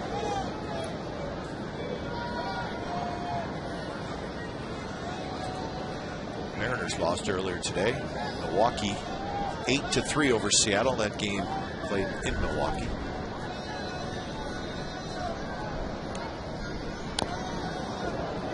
Emergency swing by Barton, and he was able to get a piece of it.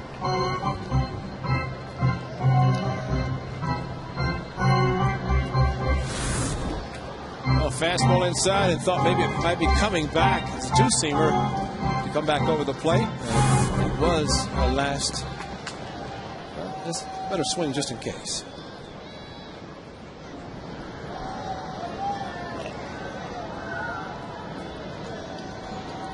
Another 1-2. Curveball rolled foul.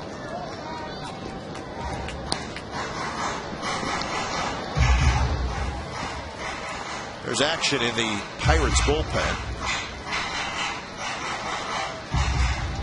The right-hander Carrasco loosening up. Check out those signs. Yeah, that's his style. You'll see that tomorrow night. The way they were all worn in the 7th. Curveball, sharp breaking curve, and Barton strikes out. So a leadoff single by Pennington, but he ends up being stranded at second. 5-4 A's.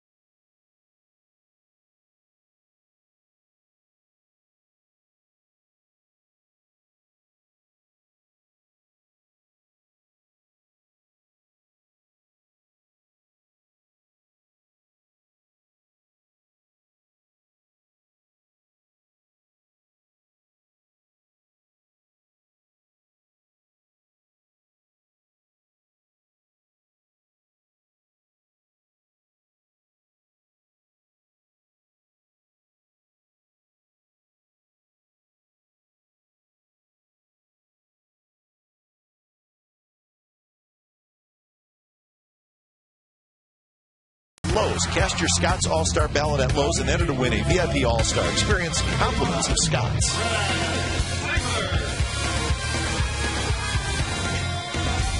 Well, when it's time for a change, think Speedy Oil Change and Tune-Up, your oil change tune-up and smog experts. Brad Ziegler takes over here in the 7th inning. He's with a 5-4 lead. A 9-out save for Ben Sheets of the A's to get a win, or at least for Sheets to get the win. It take a little bit longer or more for the A's if they win, but more importantly to try to get off on a good foot on this weekend series against the Pirates and continue on the road next week. That one's driven to left field. Davis back, and he is near the wall, and he makes the catch. Bobby Crosby puts a charge into it, but Davis makes the catch for out number 1 here in the 7th inning. Bobby has come close a couple of times, including this one with a fastball. Very good swing. Of course, he knows that at nighttime the ball does not carry very well. I will say this, Rajai Davis has not looked that comfortable in left field. I agree. We noticed it early in the game. On the McCutcheon to hit the ball in left field, tried to backhand the ball, and just when you're accustomed to playing center field as much as he has, then see maybe a little bit difficult to get used to the way the ball comes off the bat.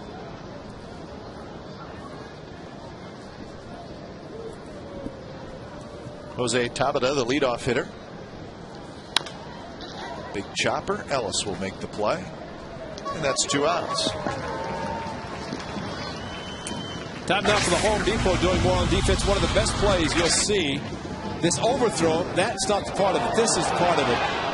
Derek Martin has a very strong, accurate arm. He turned around, saw the runner going to 50 minutes. One hop, perfect throw, the Kuzman off. And again, no reason, because that's the third out of the inning. But Derek Martin showing off his very, very strong, accurate arm. And that's why he's a very good first baseman. We got a pitching change. Breslow coming in when we come back.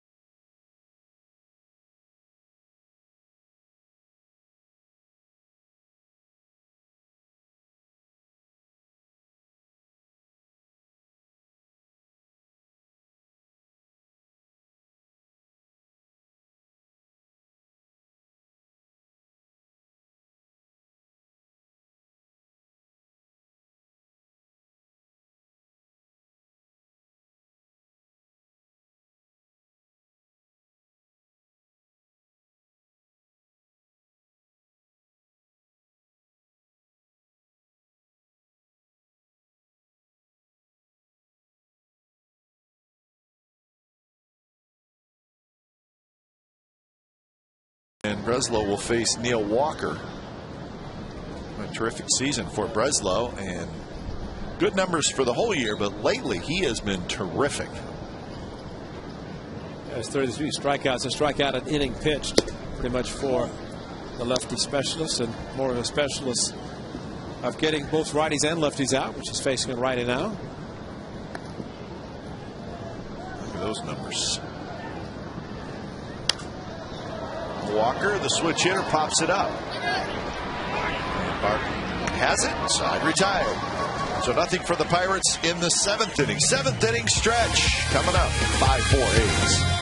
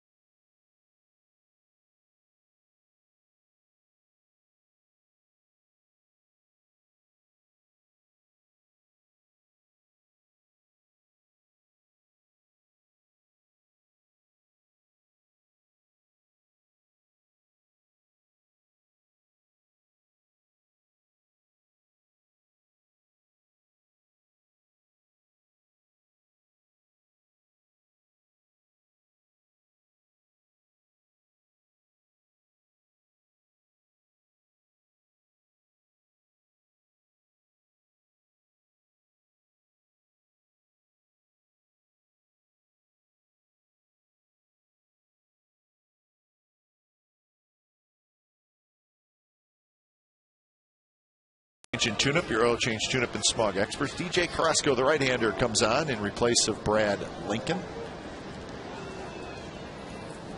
A's leading 5-4. That's a big league uniform look there, folks. That's high strip socks. It's something, all right.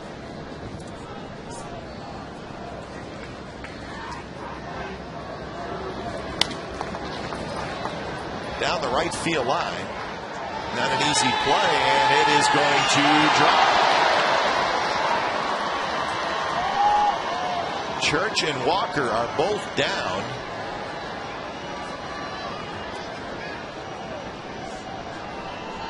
And it might have been in the ribs because he went down. It looked like Church went over him and was hoping he'd jump over him. And as Walker goes after it, yeah, right there, just might have kicked him in the left side or in the side of the head. Wow.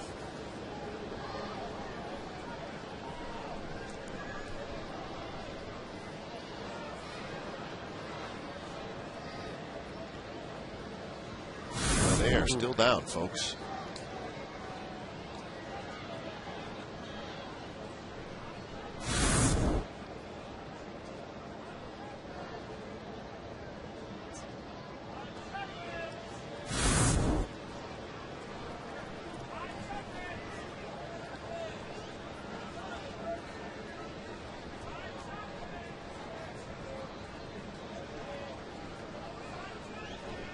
Again, it's Ryan Church and Neil Walker, the right fielder and the second baseman.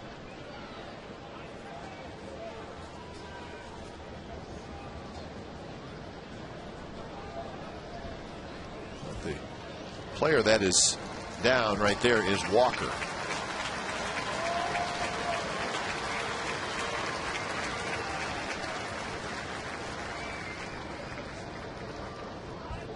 Dr. Alan Pont, A's team doctor, attending to Walker. And Dr. Schwartz also hustled out with Dr. Pont. Dr. Schwartz in the suit with his back to us. It's nice that there is our medical personnel on hand for all games. And of course, the A's see that when they travel, when the local team has the medical personnel there. Hope you never need them. Hope they're always just out to watch the game.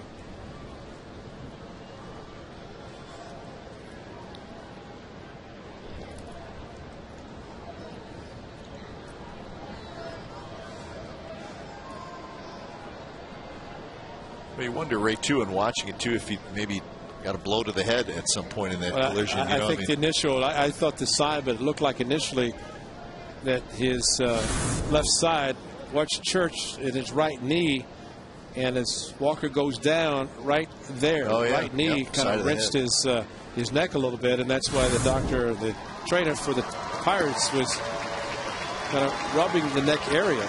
Looked like he got him, and as Walker went down, he was kind of rigid when he was hit by Church.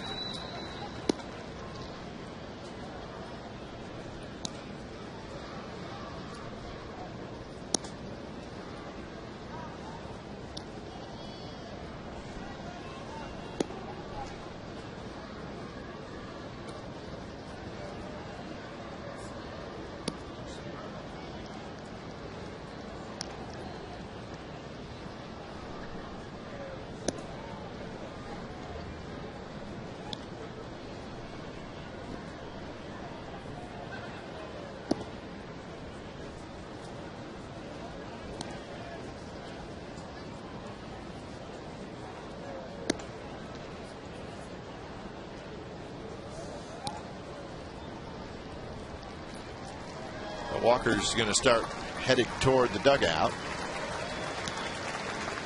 A little assistance.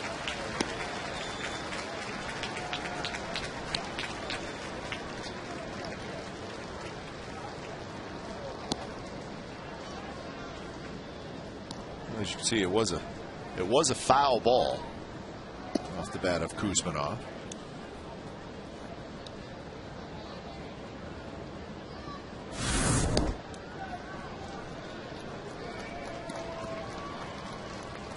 So he blacked out for a second. Yeah. Well, he used his index finger. He was hoping it was just for them to say, but well, when in doubt, just nothing else, precautionary measures to make sure. And guys never want to leave the game, but under the circumstances, not a bad idea to get attended to.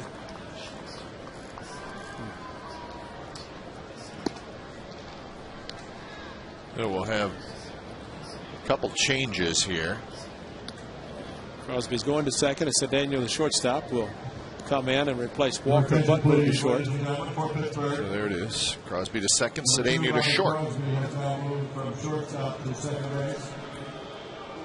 And number 13, Ronnie Cedeno, is now playing shortstop.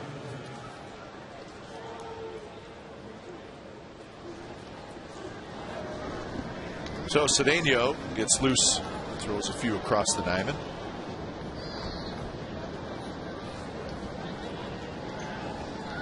Kuzminov will step in. The count is 1-1 to Kuzminov.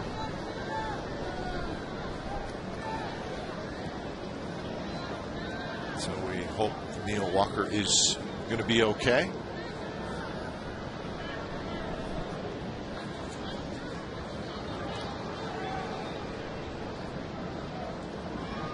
So the 1-1, Carrasco to Kuzminov. Again, flared down the right field line. Church coming in, and he can't get it.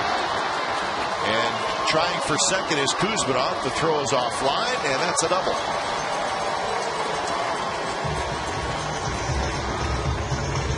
If you're Ryan Church, that's not really fair, is it? Now, well, at least Bobby Crosby stayed in his position. Cut fastball. Goes a lot of them, does Carrasco. And fortunately for Church, he got a glove on it, his body, and maybe off his head, to keep it close, because it would have rolled forever. Kevin Kuzminov, excellent hustle to get into second base with the slicing drive to right field.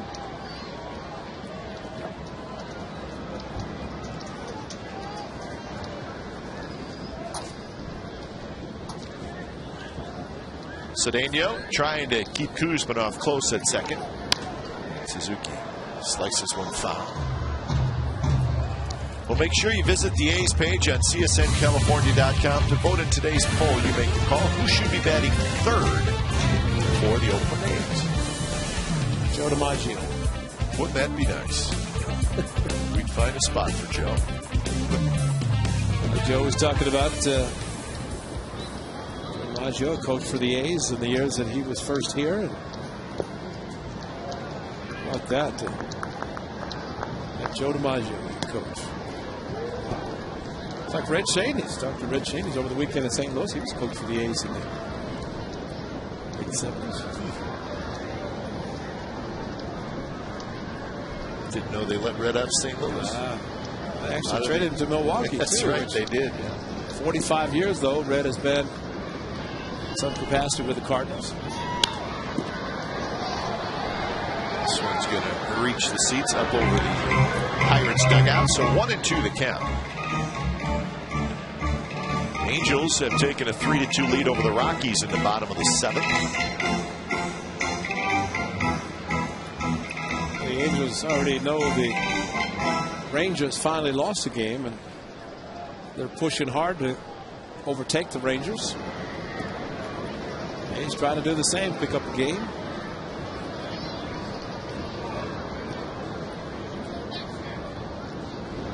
One-two drops down from the side, and Suzuki may beat to first, and he will. That catches speed. Kurt Suzuki beat it out. He swung at a ball that was about a foot outside, and he swung and he took off running, and he got himself a base hit. Carrasco dropped down sidearm, and it's the best thing he could have done for Zook, because all Kurt was trying to do to hit the ball to the right side. So the pitch was out, almost like a hit and run, and then the foot race with Carrasco getting a late start. With first baseman making the play. Nice long feed, but Kurt Suzuki with those strong young legs beat it out. Put that down in the resume. See, if Kurt can run like that to first, I think you can get down and squat to around and make the catch. I think not. Had Matter of fact, I might just ask Kurt to go out and catch Joe. Come on, Kurt. Oh, the A's looking for some insurance runs. First and third and nobody out. Sweeney is 1 for 3. Check this swing. 1-1 the count.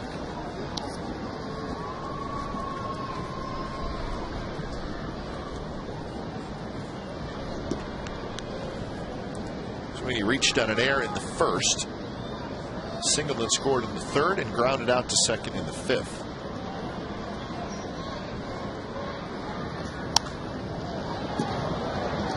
It's going to reach the seat. This time up over the A's dugout.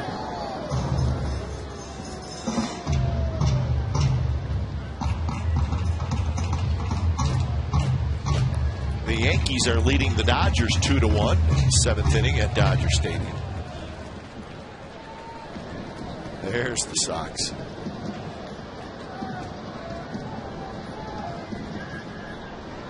A's with a couple of sac flies tonight. Only the first inning went. That's a fair ball past a diving Jones. Kuzmanov will score. Suzuki's digging for third, and they'll hold him there. Sweeney with an RBI double, 6-4. That's better than a sac fly.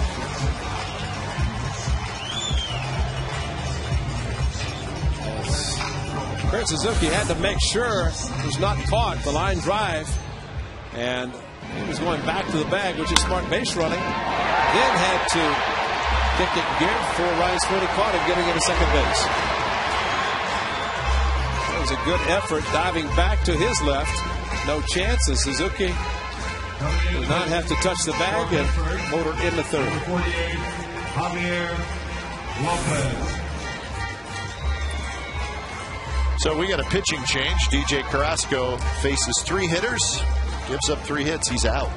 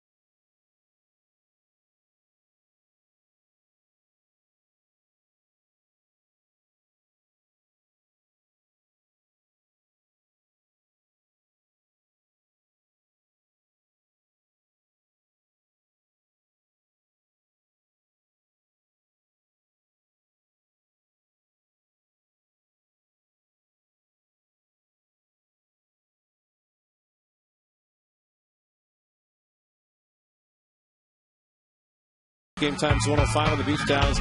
Brought to you by Out to Bates Summit Medical Center. For tickets, go to OaklandAthletics.com or call 877-493-BALL. Joe Rudy jersey tomorrow night. Beach towel on Sunday. Wear your Joe Rudy jersey to the beach and lay the beach towel out and be all set to go. Get some Ray Fosse swim trunks. What do those look like? Knee high? Sure.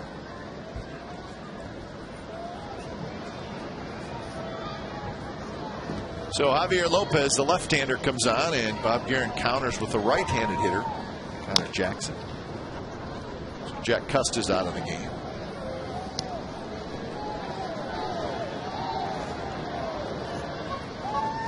Suzuki is the runner at third, and Sweeney at second. Infield in for the Pirates. Connor Jackson had a very busy Wednesday night, Thursday, and maybe even this morning trying. He's traded on the road the A's from Chicago when he joined the club. So he said, let's go back to Arizona yesterday. I said, yeah. So again, pack up. And of course, when you're traded in the middle of a major league season, a major or minor, basically leave where you are and go immediately. Yep. In the case of Connor Jackson, got on the flight and detailed at Chicago, sat on the tarmac for a long time, then a cab ride. A shot to the third baseman Alvarez, who makes a very nice play, and the runners have to hold.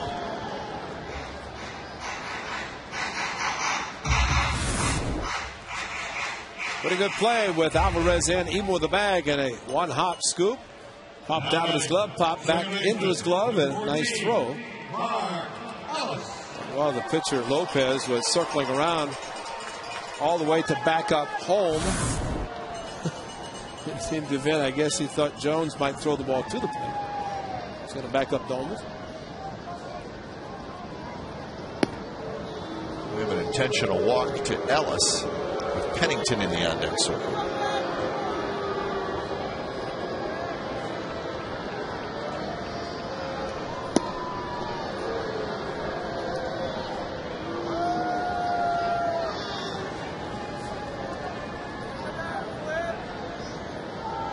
Couple of former Major League catchers on display tonight as managers. Bob Guerin, of course, and John Russell, the manager of the Pirates, who caught Nolan Ryan's 6th no-hitter for the Texas Rangers. Nolan Ryan pitched 7 no-hitters, 7 different catchers. How about that? Just spread the wealth. Yeah.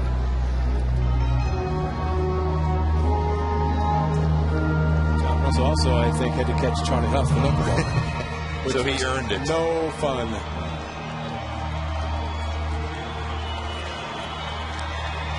Joe Kerrigan, the pitching coach, talking it over with his left-hander Javier Lopez.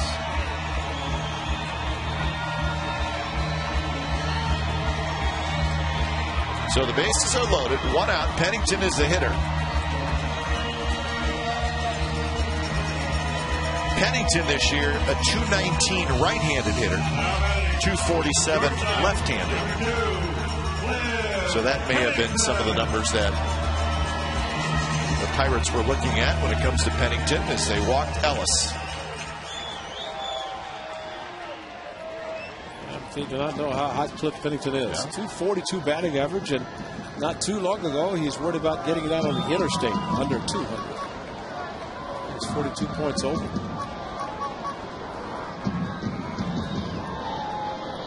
Pennington takes a strike in the outside corner.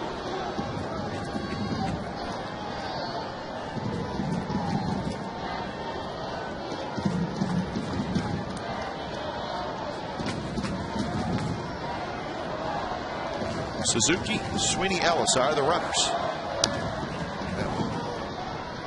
Fouled near home plate, so 0-2.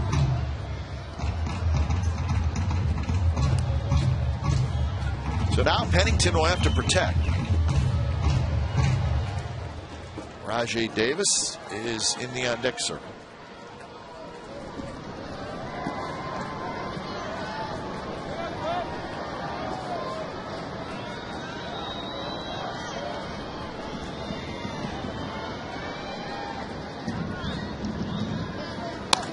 A shot, right field, base hit. 1 run scores. They're going to wave home Sweeney. The throw to the plate is not in time. 2-run single for Cliff Pennington.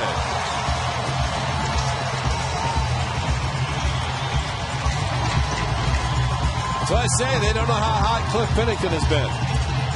Now they know. Stay hot, young man. 0-2. Pitch down and away, and it just took it perfectly to right field. Past the drawn-in infield and past Bobby Crosby, who nice diving effort, but no chance as the ball slowed down by the grass, and Ryan Sweeney sent in to score as well. So the A's have scored 3 times here in the bottom of the 7th to extend their lead to 8-4, and we got another pitching change here at the Coliseum.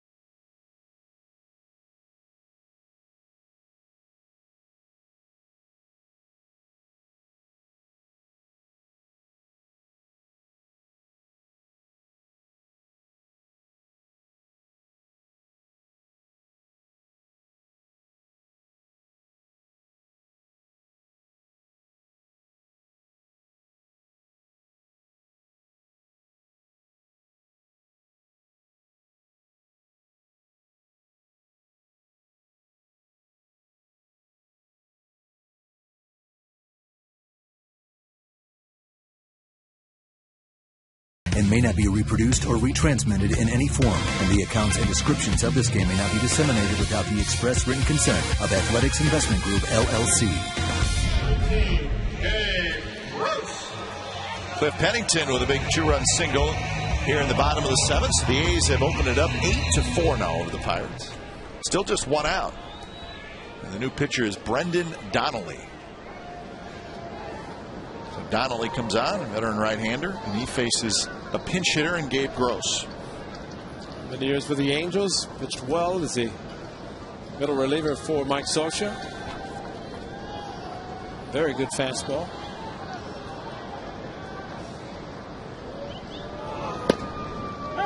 Ball in for a strike.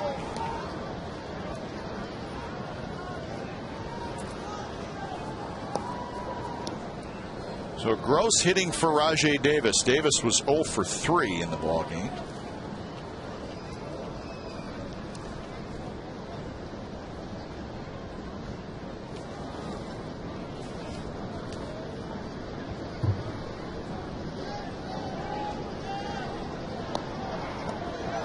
Have 4 hits in this inning, a couple of doubles, a couple of singles, 1 walk.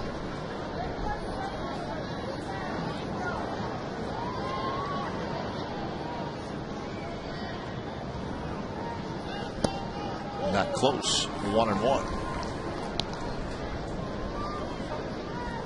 Well, we're kind of seeing why the Pittsburgh Pirates have the 2nd worst team ERA in the National League. 5.27 is their team ERA.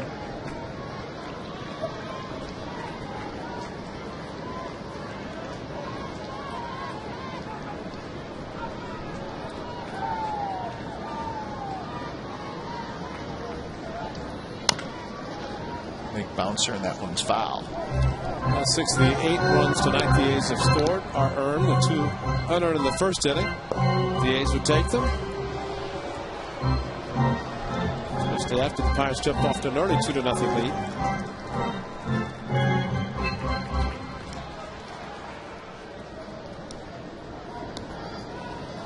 Yeah, it was not a pretty start in this game for the Athletics. An ugly top of the first inning when the Pirates scored a couple of runs. They've settled down and built an 8-4 lead.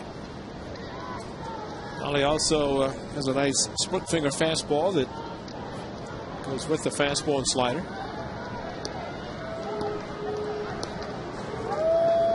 Gross calls timeout, and then Donnelly's going to go for a little walk.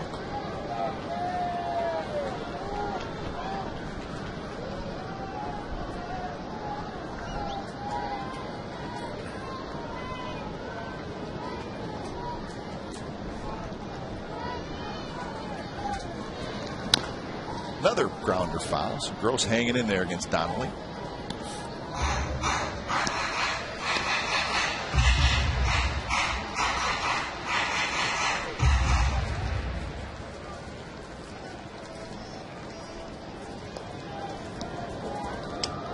They're shifted way into left center field for Gross. But the left fielder's very shallow. You see McCutchen that way.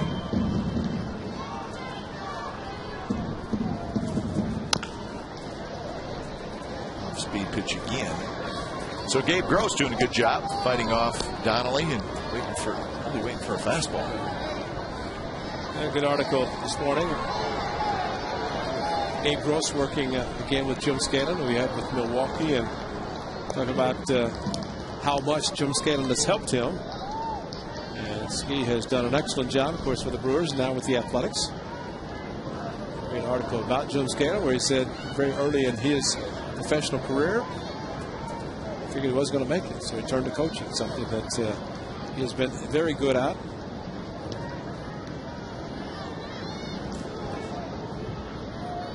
Pitch is high. So we're being told, Ray, guys in the truck are putting the clock on Brendan Donnelly, and between pitches, the last one, 40 seconds. Oh, wow. And you know what? He is very slow. And with runners on base, he can be as slow as he wants. Not that that's good, but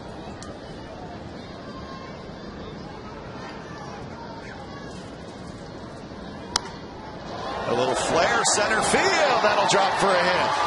Ellis read it perfectly. He will score.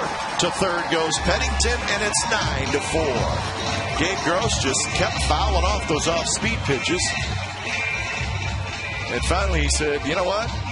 I may not get a fastball, so I'm going to bloop one into center field. And he did just that. And that's what a good battle will do. And that's why a lot of credit to Jim Scanlon, the A's hitting coach. You know, you get 2 strikes, just don't give up.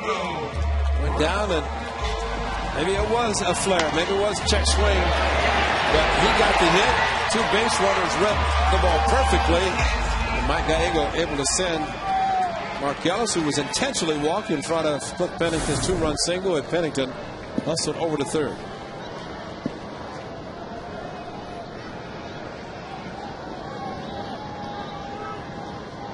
Little Coco Crisp takes low.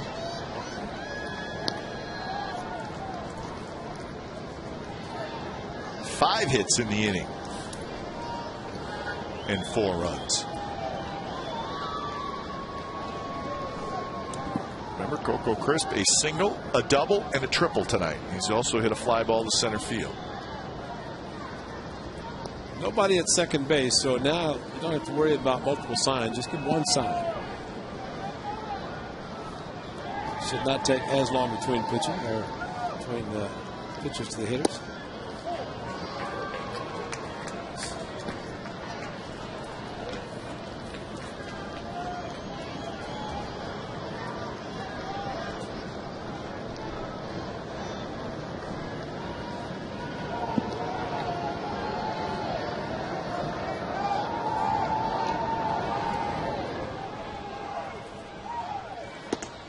Now 3-0. Pirates have used 3 relievers here in the 7th inning. And those 3 relievers have gotten 1 out. Well, the 1 out came when it was a liner to the third base. Hard hit ball by Connor Jackson. It's the 5th batter that's been to the plate tonight for the A's, or at least any. And Donnelly not even close. And that's with the runner at third, less than 2 outs, so make it 6 now. And only Connor Jackson's hard ground ball to third, the one that has not produced. Is that rain or just a heavy fog? Well, I think there's clearly a mist in the air, no question about that.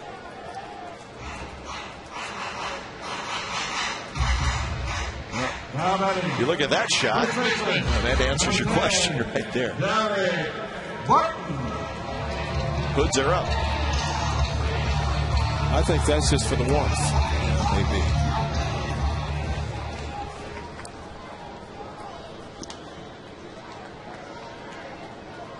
This inning has gone single, double, ground out, walk, single, walk. Outside. Donnelly is missing by a lot.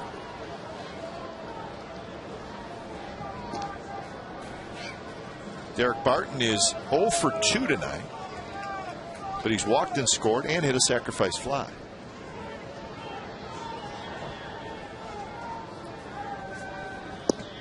There's a strike, a fastball.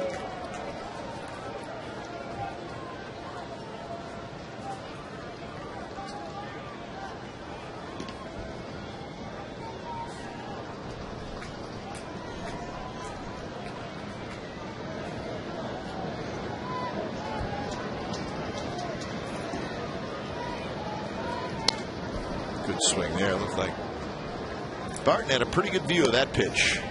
He had a big swing. What did Delaire say? What time does half inning start? 9:10. So well, that would be a 30-minute half inning. It's not over. It is not over. 1 out, bases loaded. So time of possession, the A's have it.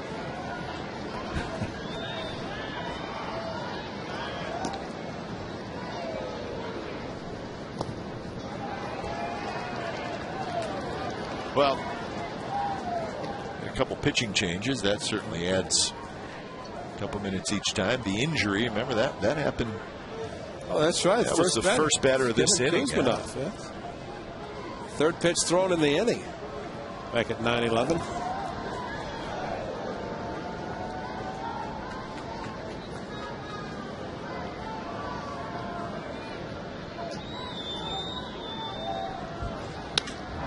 And that's a base hit to left field. That'll score one. The bases will remain loaded. It's 10-4.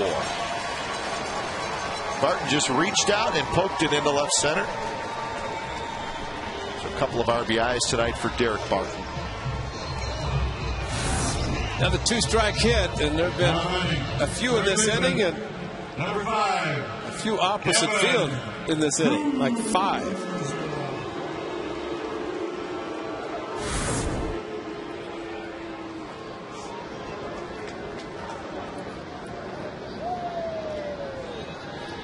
So Kuzmanov had a hit to start the inning. That's the play we were. It was right after the play we were talking about where Walker got hurt.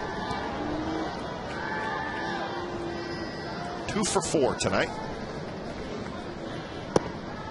First pitch is low.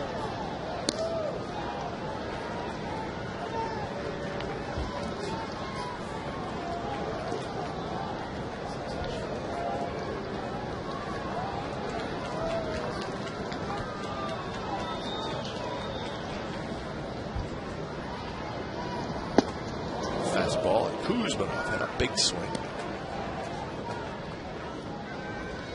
It's funny, I look up and it says that Donnelly has thrown 18 pitches, and I'm sure that's accurate, but it feels like he's thrown 50. Well, it takes 30 seconds in between each one, so that normally you add another 10.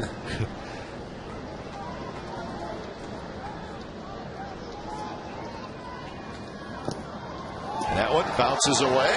Coming in to score is Gross, and it's 11-4. That'll be a wild pitch.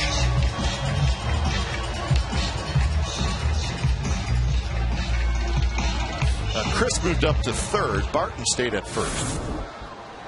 And even had Nomet gotten to the ball and thrown, Donnelly was not going to be at the plate to get Gross, who broke immediately as the ball hit the dirt. You don't even see Donnelly in the picture to cover home plate.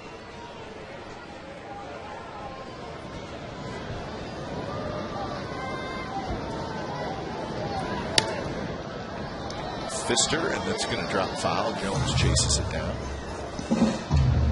6 runs in the inning for the Athletics.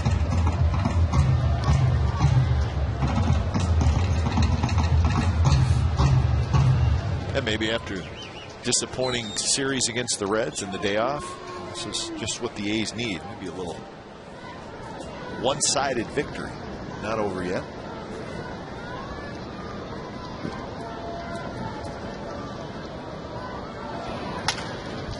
Toward third. Pirates will try to turn the double play, and they can't. Run scores. Bobby Crosby got dumped at second base as Barton went in pretty hard. And Jones could not handle the throw to first, so a run scores. Kuzmanov will get an RBI.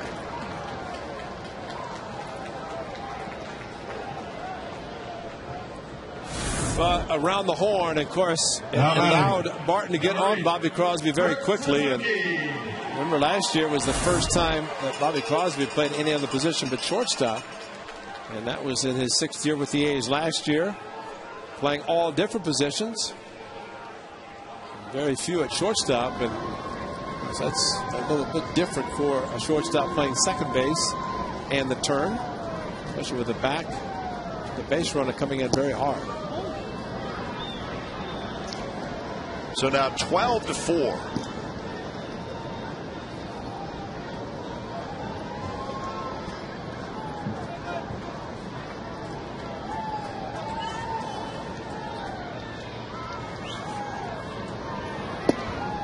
There's a strike called to even the count at 1-1. The Rockies have tied up the Angels 3-3, top of the 8th inning. Like Carlos Gonzalez did something, huh? Yeah, usually does. Yeah.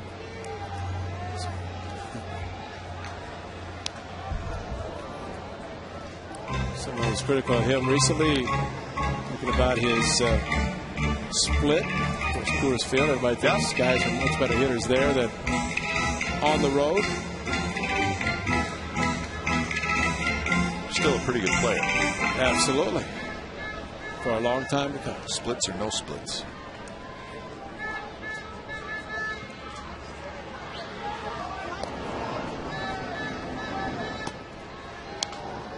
Suzuki reaches for it, pokes it foul.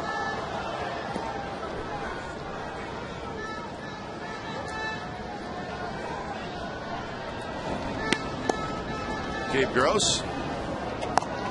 He's not on the pitcher's mound, folks. It just looks like it.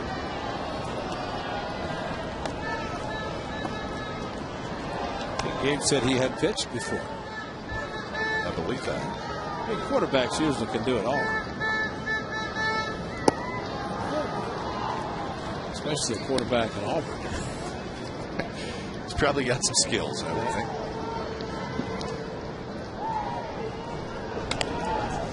That'll be our next job for our terrific crew. Dig up some video of Gabe at Auburn. We got still photos of him. Swing and a miss. Suzuki strikes out, but a huge inning for the Athletics. They score 7 times. 8th inning coming up. 12-4 Athletics.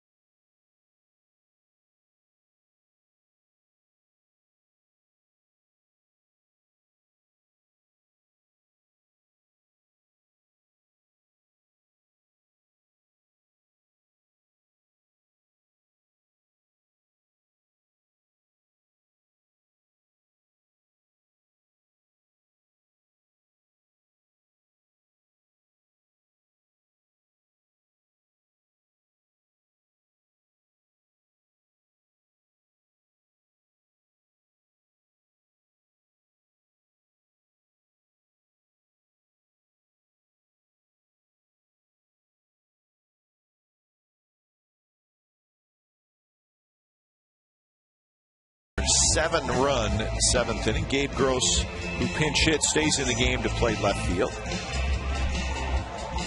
And when it's time for a change, think Speedy Oil Change and Tune-Up, your oil change, tune-up, and smog experts, as Jerry Blevins comes in. So it's been Sheets, Ziegler, Breslow, and Blevins. Andrew McCutcheon. So Blevins will face McCutcheon, Jones, and Doman.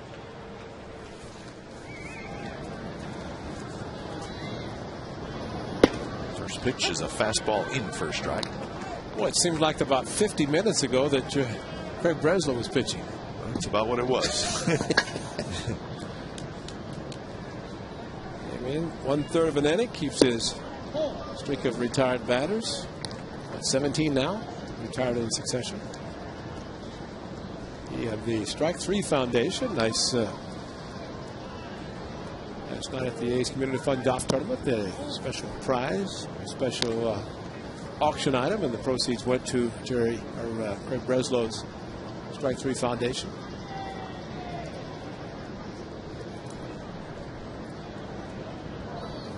McCutcheon, a bouncer toward third. Nice big hop for Kuzmanov, and he throws to first. One out here in the top of the 8th, and that brings us to our Subway Eat Fresh Ask Glenn and Ray question, where you can log on to csncalifornia.com to post your question. Roberto from Windsor asks, Ray, do players ever ask you for your advice, especially catchers? Number 46, Garrett Jones. No, because they say, oh, God has no clue what's going on. But he does. Now the A's have a very good group of guys working with the catchers, and so I just like to sit up in the booth and watch these great athletes, and Kurt Suzuki, one of the best in the league. Get to watch him every day.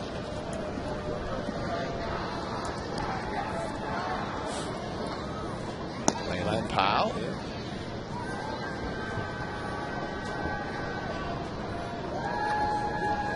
Guys are good. So it's a thrill for us just to watch them, and they're like going 0 for 4 or getting sore knees. No. They got sore knees enough walking the golf course yesterday. Not walking it, but just walking up to the greens, up and down the hills. Of course, at Castlewood Country Club, very nice event. Yeah. A flare, and that's going to drop. So Garrett Jones down the left field line, and he is 2 for 4. So the 1-out single brings up Ryan Doumit. Now batting, number 41, Ryan Doumit. Doumit's had a good night. Watching Jones look at the swing on diamond vision and think back to the players that have the reunions of and actually would play games. Some of the retired players' games didn't have diamond vision. Dick Green make a good play at second base during one of the games and just look up and watch himself on diamond vision. Just so happy to watch himself. Well, they didn't have a lot of sports highlight shows at night either. No. As in zero? Yeah. Any major ones anyway that were kind of all sports. Yeah.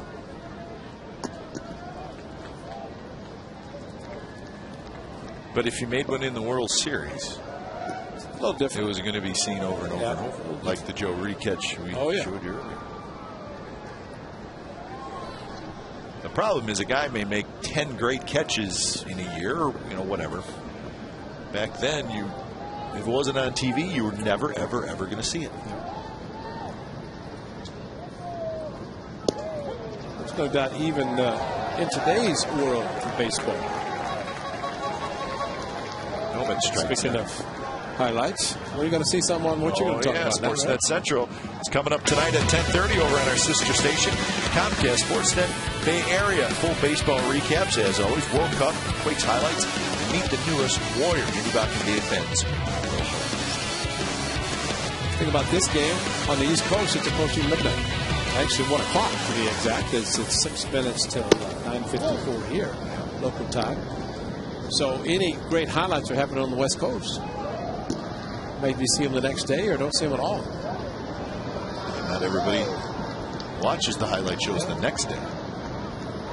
I think a lot of times with the voting, the All-Star players, especially when it comes down to the online voting, the West Coast teams, players don't even know that. Yep. Good pitch right on the outside corner. 1-2 to Pedro Alvarez.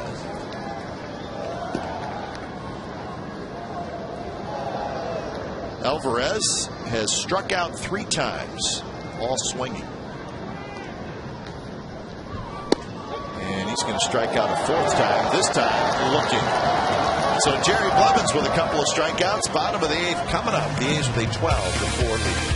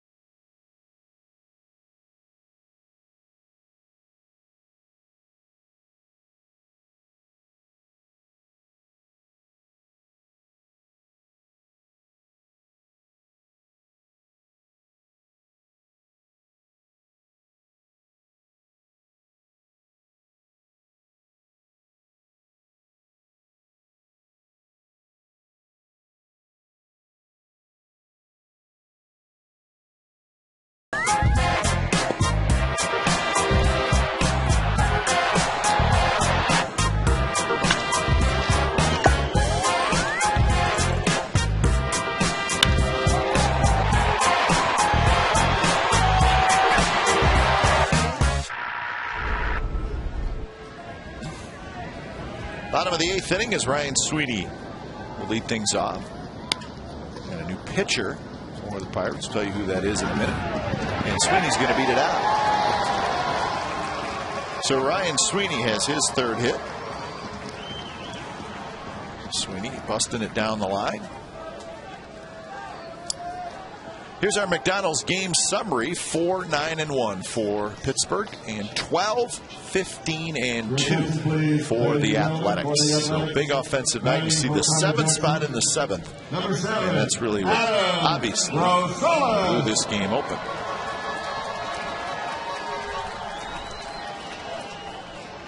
So Adam Rosales is going to pinch hit, and that's the new pitcher, Justin Thomas.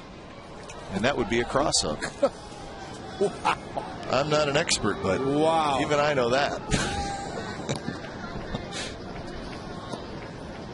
Took it off the mask. How many signs you going to give with nobody at second base? Oh, wow, that's almost dangerous if that had any sink at all. So Kerrigan, the pitching coach. Wow. Thomas just called up yesterday to the big leagues. Those are the numbers from AAA. See that one loss? He's 0-1 in his career. It was to the Athletics. Kevin, another great play. Well, Kevin is starting tonight.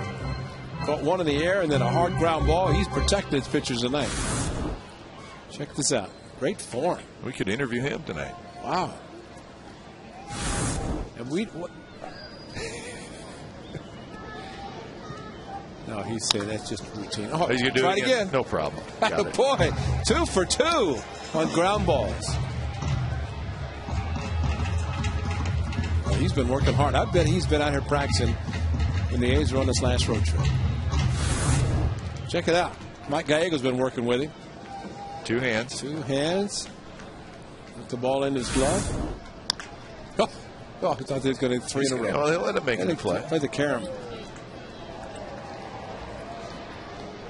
Making a lot of fans happy with those baseballs into the seats.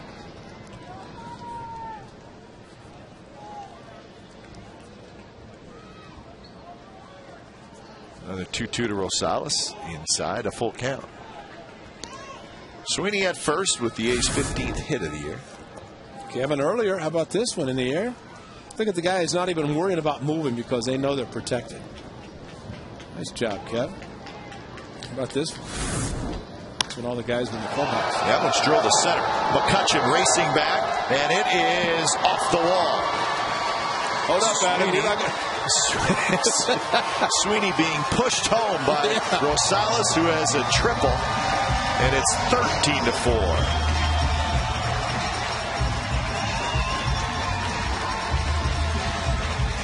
And he was going to get a triple regardless.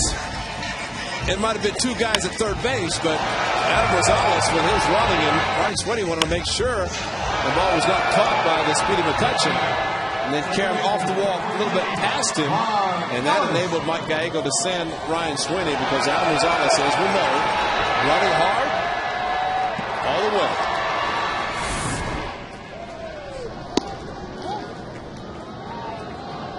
So Mark Ellis steps in.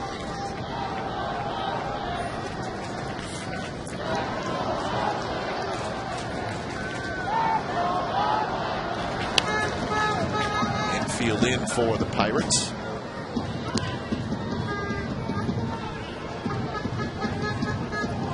And 7th inning, the A's sent 11 hitters to the plate. Now they're at it again here in the 8th. To center field, McCutchen coming in, and he's got it in the dive. Rosales tags up. He sprints home. Sacrifice fly for Mark Ellis. He's got a 2 RBI night. Well, that's why, as a base runner, you don't get caught up in how hard the ball is hit. Ball's in the air, less than 2 outs, you're at third base. You go back to the bag. If it's caught, you can score easily. If it drops, you can score easily, but you don't want to be halfway, have the ball caught, not be able to score, and take a ribby away for your teammate and a run away from the team. Great execution by the A's.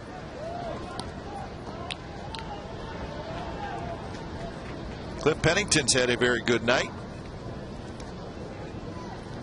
Filling up the stat sheet, and he's got another base hit. Just reached out and poked it to right center. You know what, Ray? I think we should talk to him after the game. What do you think? I think it's a great idea. He's 3 for 4 with 3 RBIs and a sacrifice fly. Now batting, left fielder, number 18, Gabe Gross.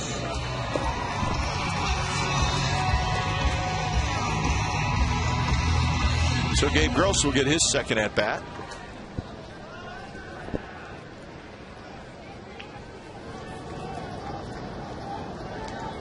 Gross singled and scored in the 7th, and that's when he was pinch hitting for Rajai Davis.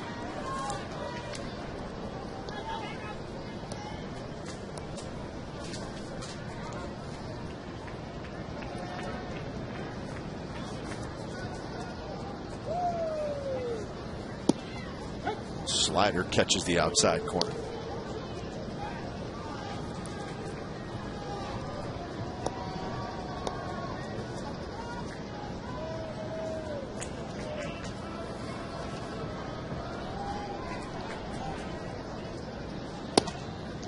Right, that 3-hit night for Cliff Pennington has his average to 248. He came in at 239, so he has actually got back or close to the 250 mark quickly, because it was 205 not that long ago. Well, I was just checking back on June the 10th. He was hitting 200. Wow. June the 10th. And this is June the 24th? 5th. 5th? Yeah. Wow. 25th. Huh. So in 15 days, he's able to jump that high. That's something. Well, the 90s came into the game hitting 200. That was against the Angels. He got 2 hits. 2 hits and a walk, 2 for 3, and that started. Yeah, he's 20 for his last 4. He'd be 20 for his last 42. So there you go. Right back to Thomas. So Crisp is retired, but 2 more runs for the Athletics on 3 hits. So we're headed to the 9th inning. It's 14-4 A's.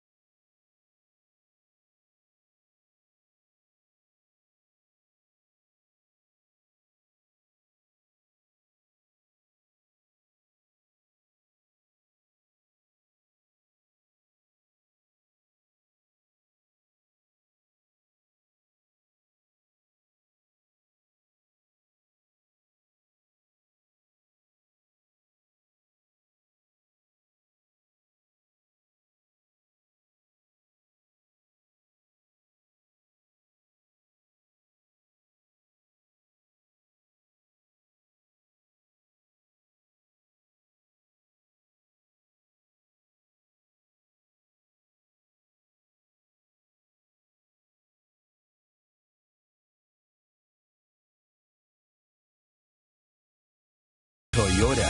Say yes to amazing deals on your favorite Toyotas. See your local Toyota dealer today. Toyota. Yes. By Xfinity, the next generation in home entertainment. Now available in the Bay Area and coming soon to the Central Valley. And by Chevy, with a full lineup of award-winning cars, trucks, and crossovers. A's trying to wrap it up and get their 35th win of the year. Michael Wirtz comes out of the bullpen, the 4th reliever. Landon Powell is now the new catcher. Brian Church is the hitter. Derek Barton handles the hard ground ball, flips to Wertz, and that is out number 1. That time now for the Jeep drive of the game. How about Coco Crisp? And a single in his first at bat, a double in his second at bat. But getting excited because in his third at bat, he hit a triple to right center, showing off the great speed. And we're all looking forward to the next couple of bats, looking for the home run for the cycle, but he's going to save that for another day. 3 of the 17 hits.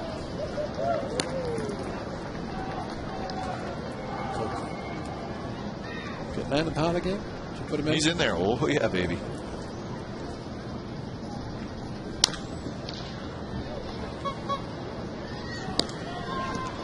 So another reminder, big night tomorrow night.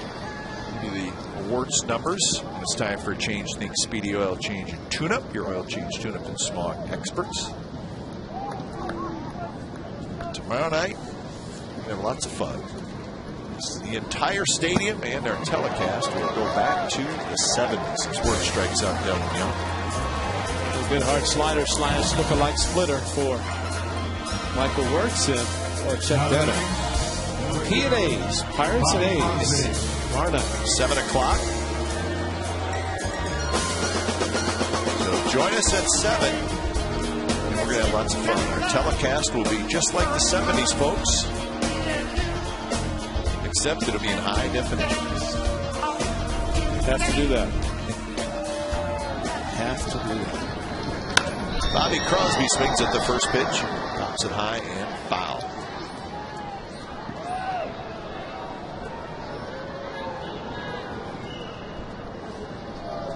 Trevor Cahill will take the mound in the all gold uniforms tomorrow night.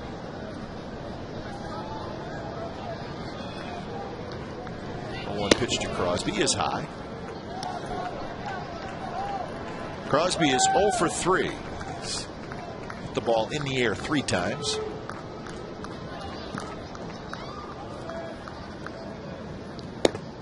Slider stays a little bit high.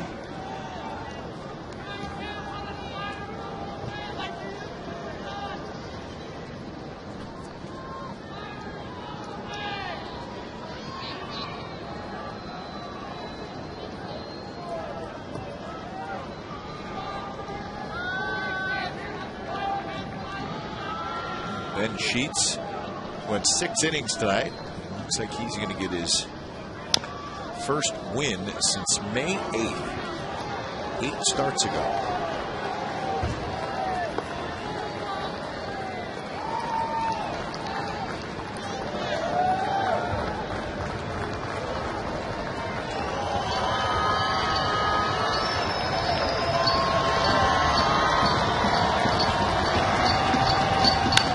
Pitch, high, foul territory, and Sweeney cannot quite get there. Long run. Good idea. Sweeney ran about 50 yards. Good idea to shut it down and not take any chances, especially where the game is right now. Run out of foul territory.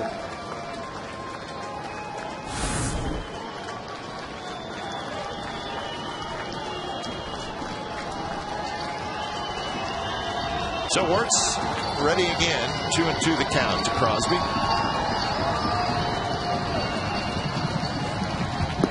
There's the slider. That was a pretty good one there by Wertz, but Crosby took it. Bob Guerin talking about trying to get Michael Wertz back on track. Michael knows he's been struggling and can't figure out why. So Guerin talked about trying to get him a full inning and not worry about taking him out and build up the confidence in the pitches. So especially get back to the slider of 2009 when he struck out 102. Or anything close to it. Yeah.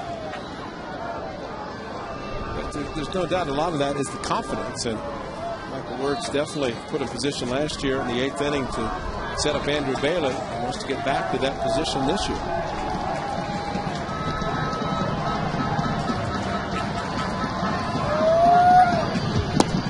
There's the slider, and Crosby strikes out, and that's the ball game. 13 strikeouts for A's pitchers tonight, and the A's used lots of offense as well. Game 1 of this weekend series here at the Coliseum goes to the Athletics. A final score of 14-4. It was a 7-run 7th inning that was the difference in the ball game. So A's win it 14-4. Don't go away. A's post-game live with Brody Brazil and Connie Lansford starts right now.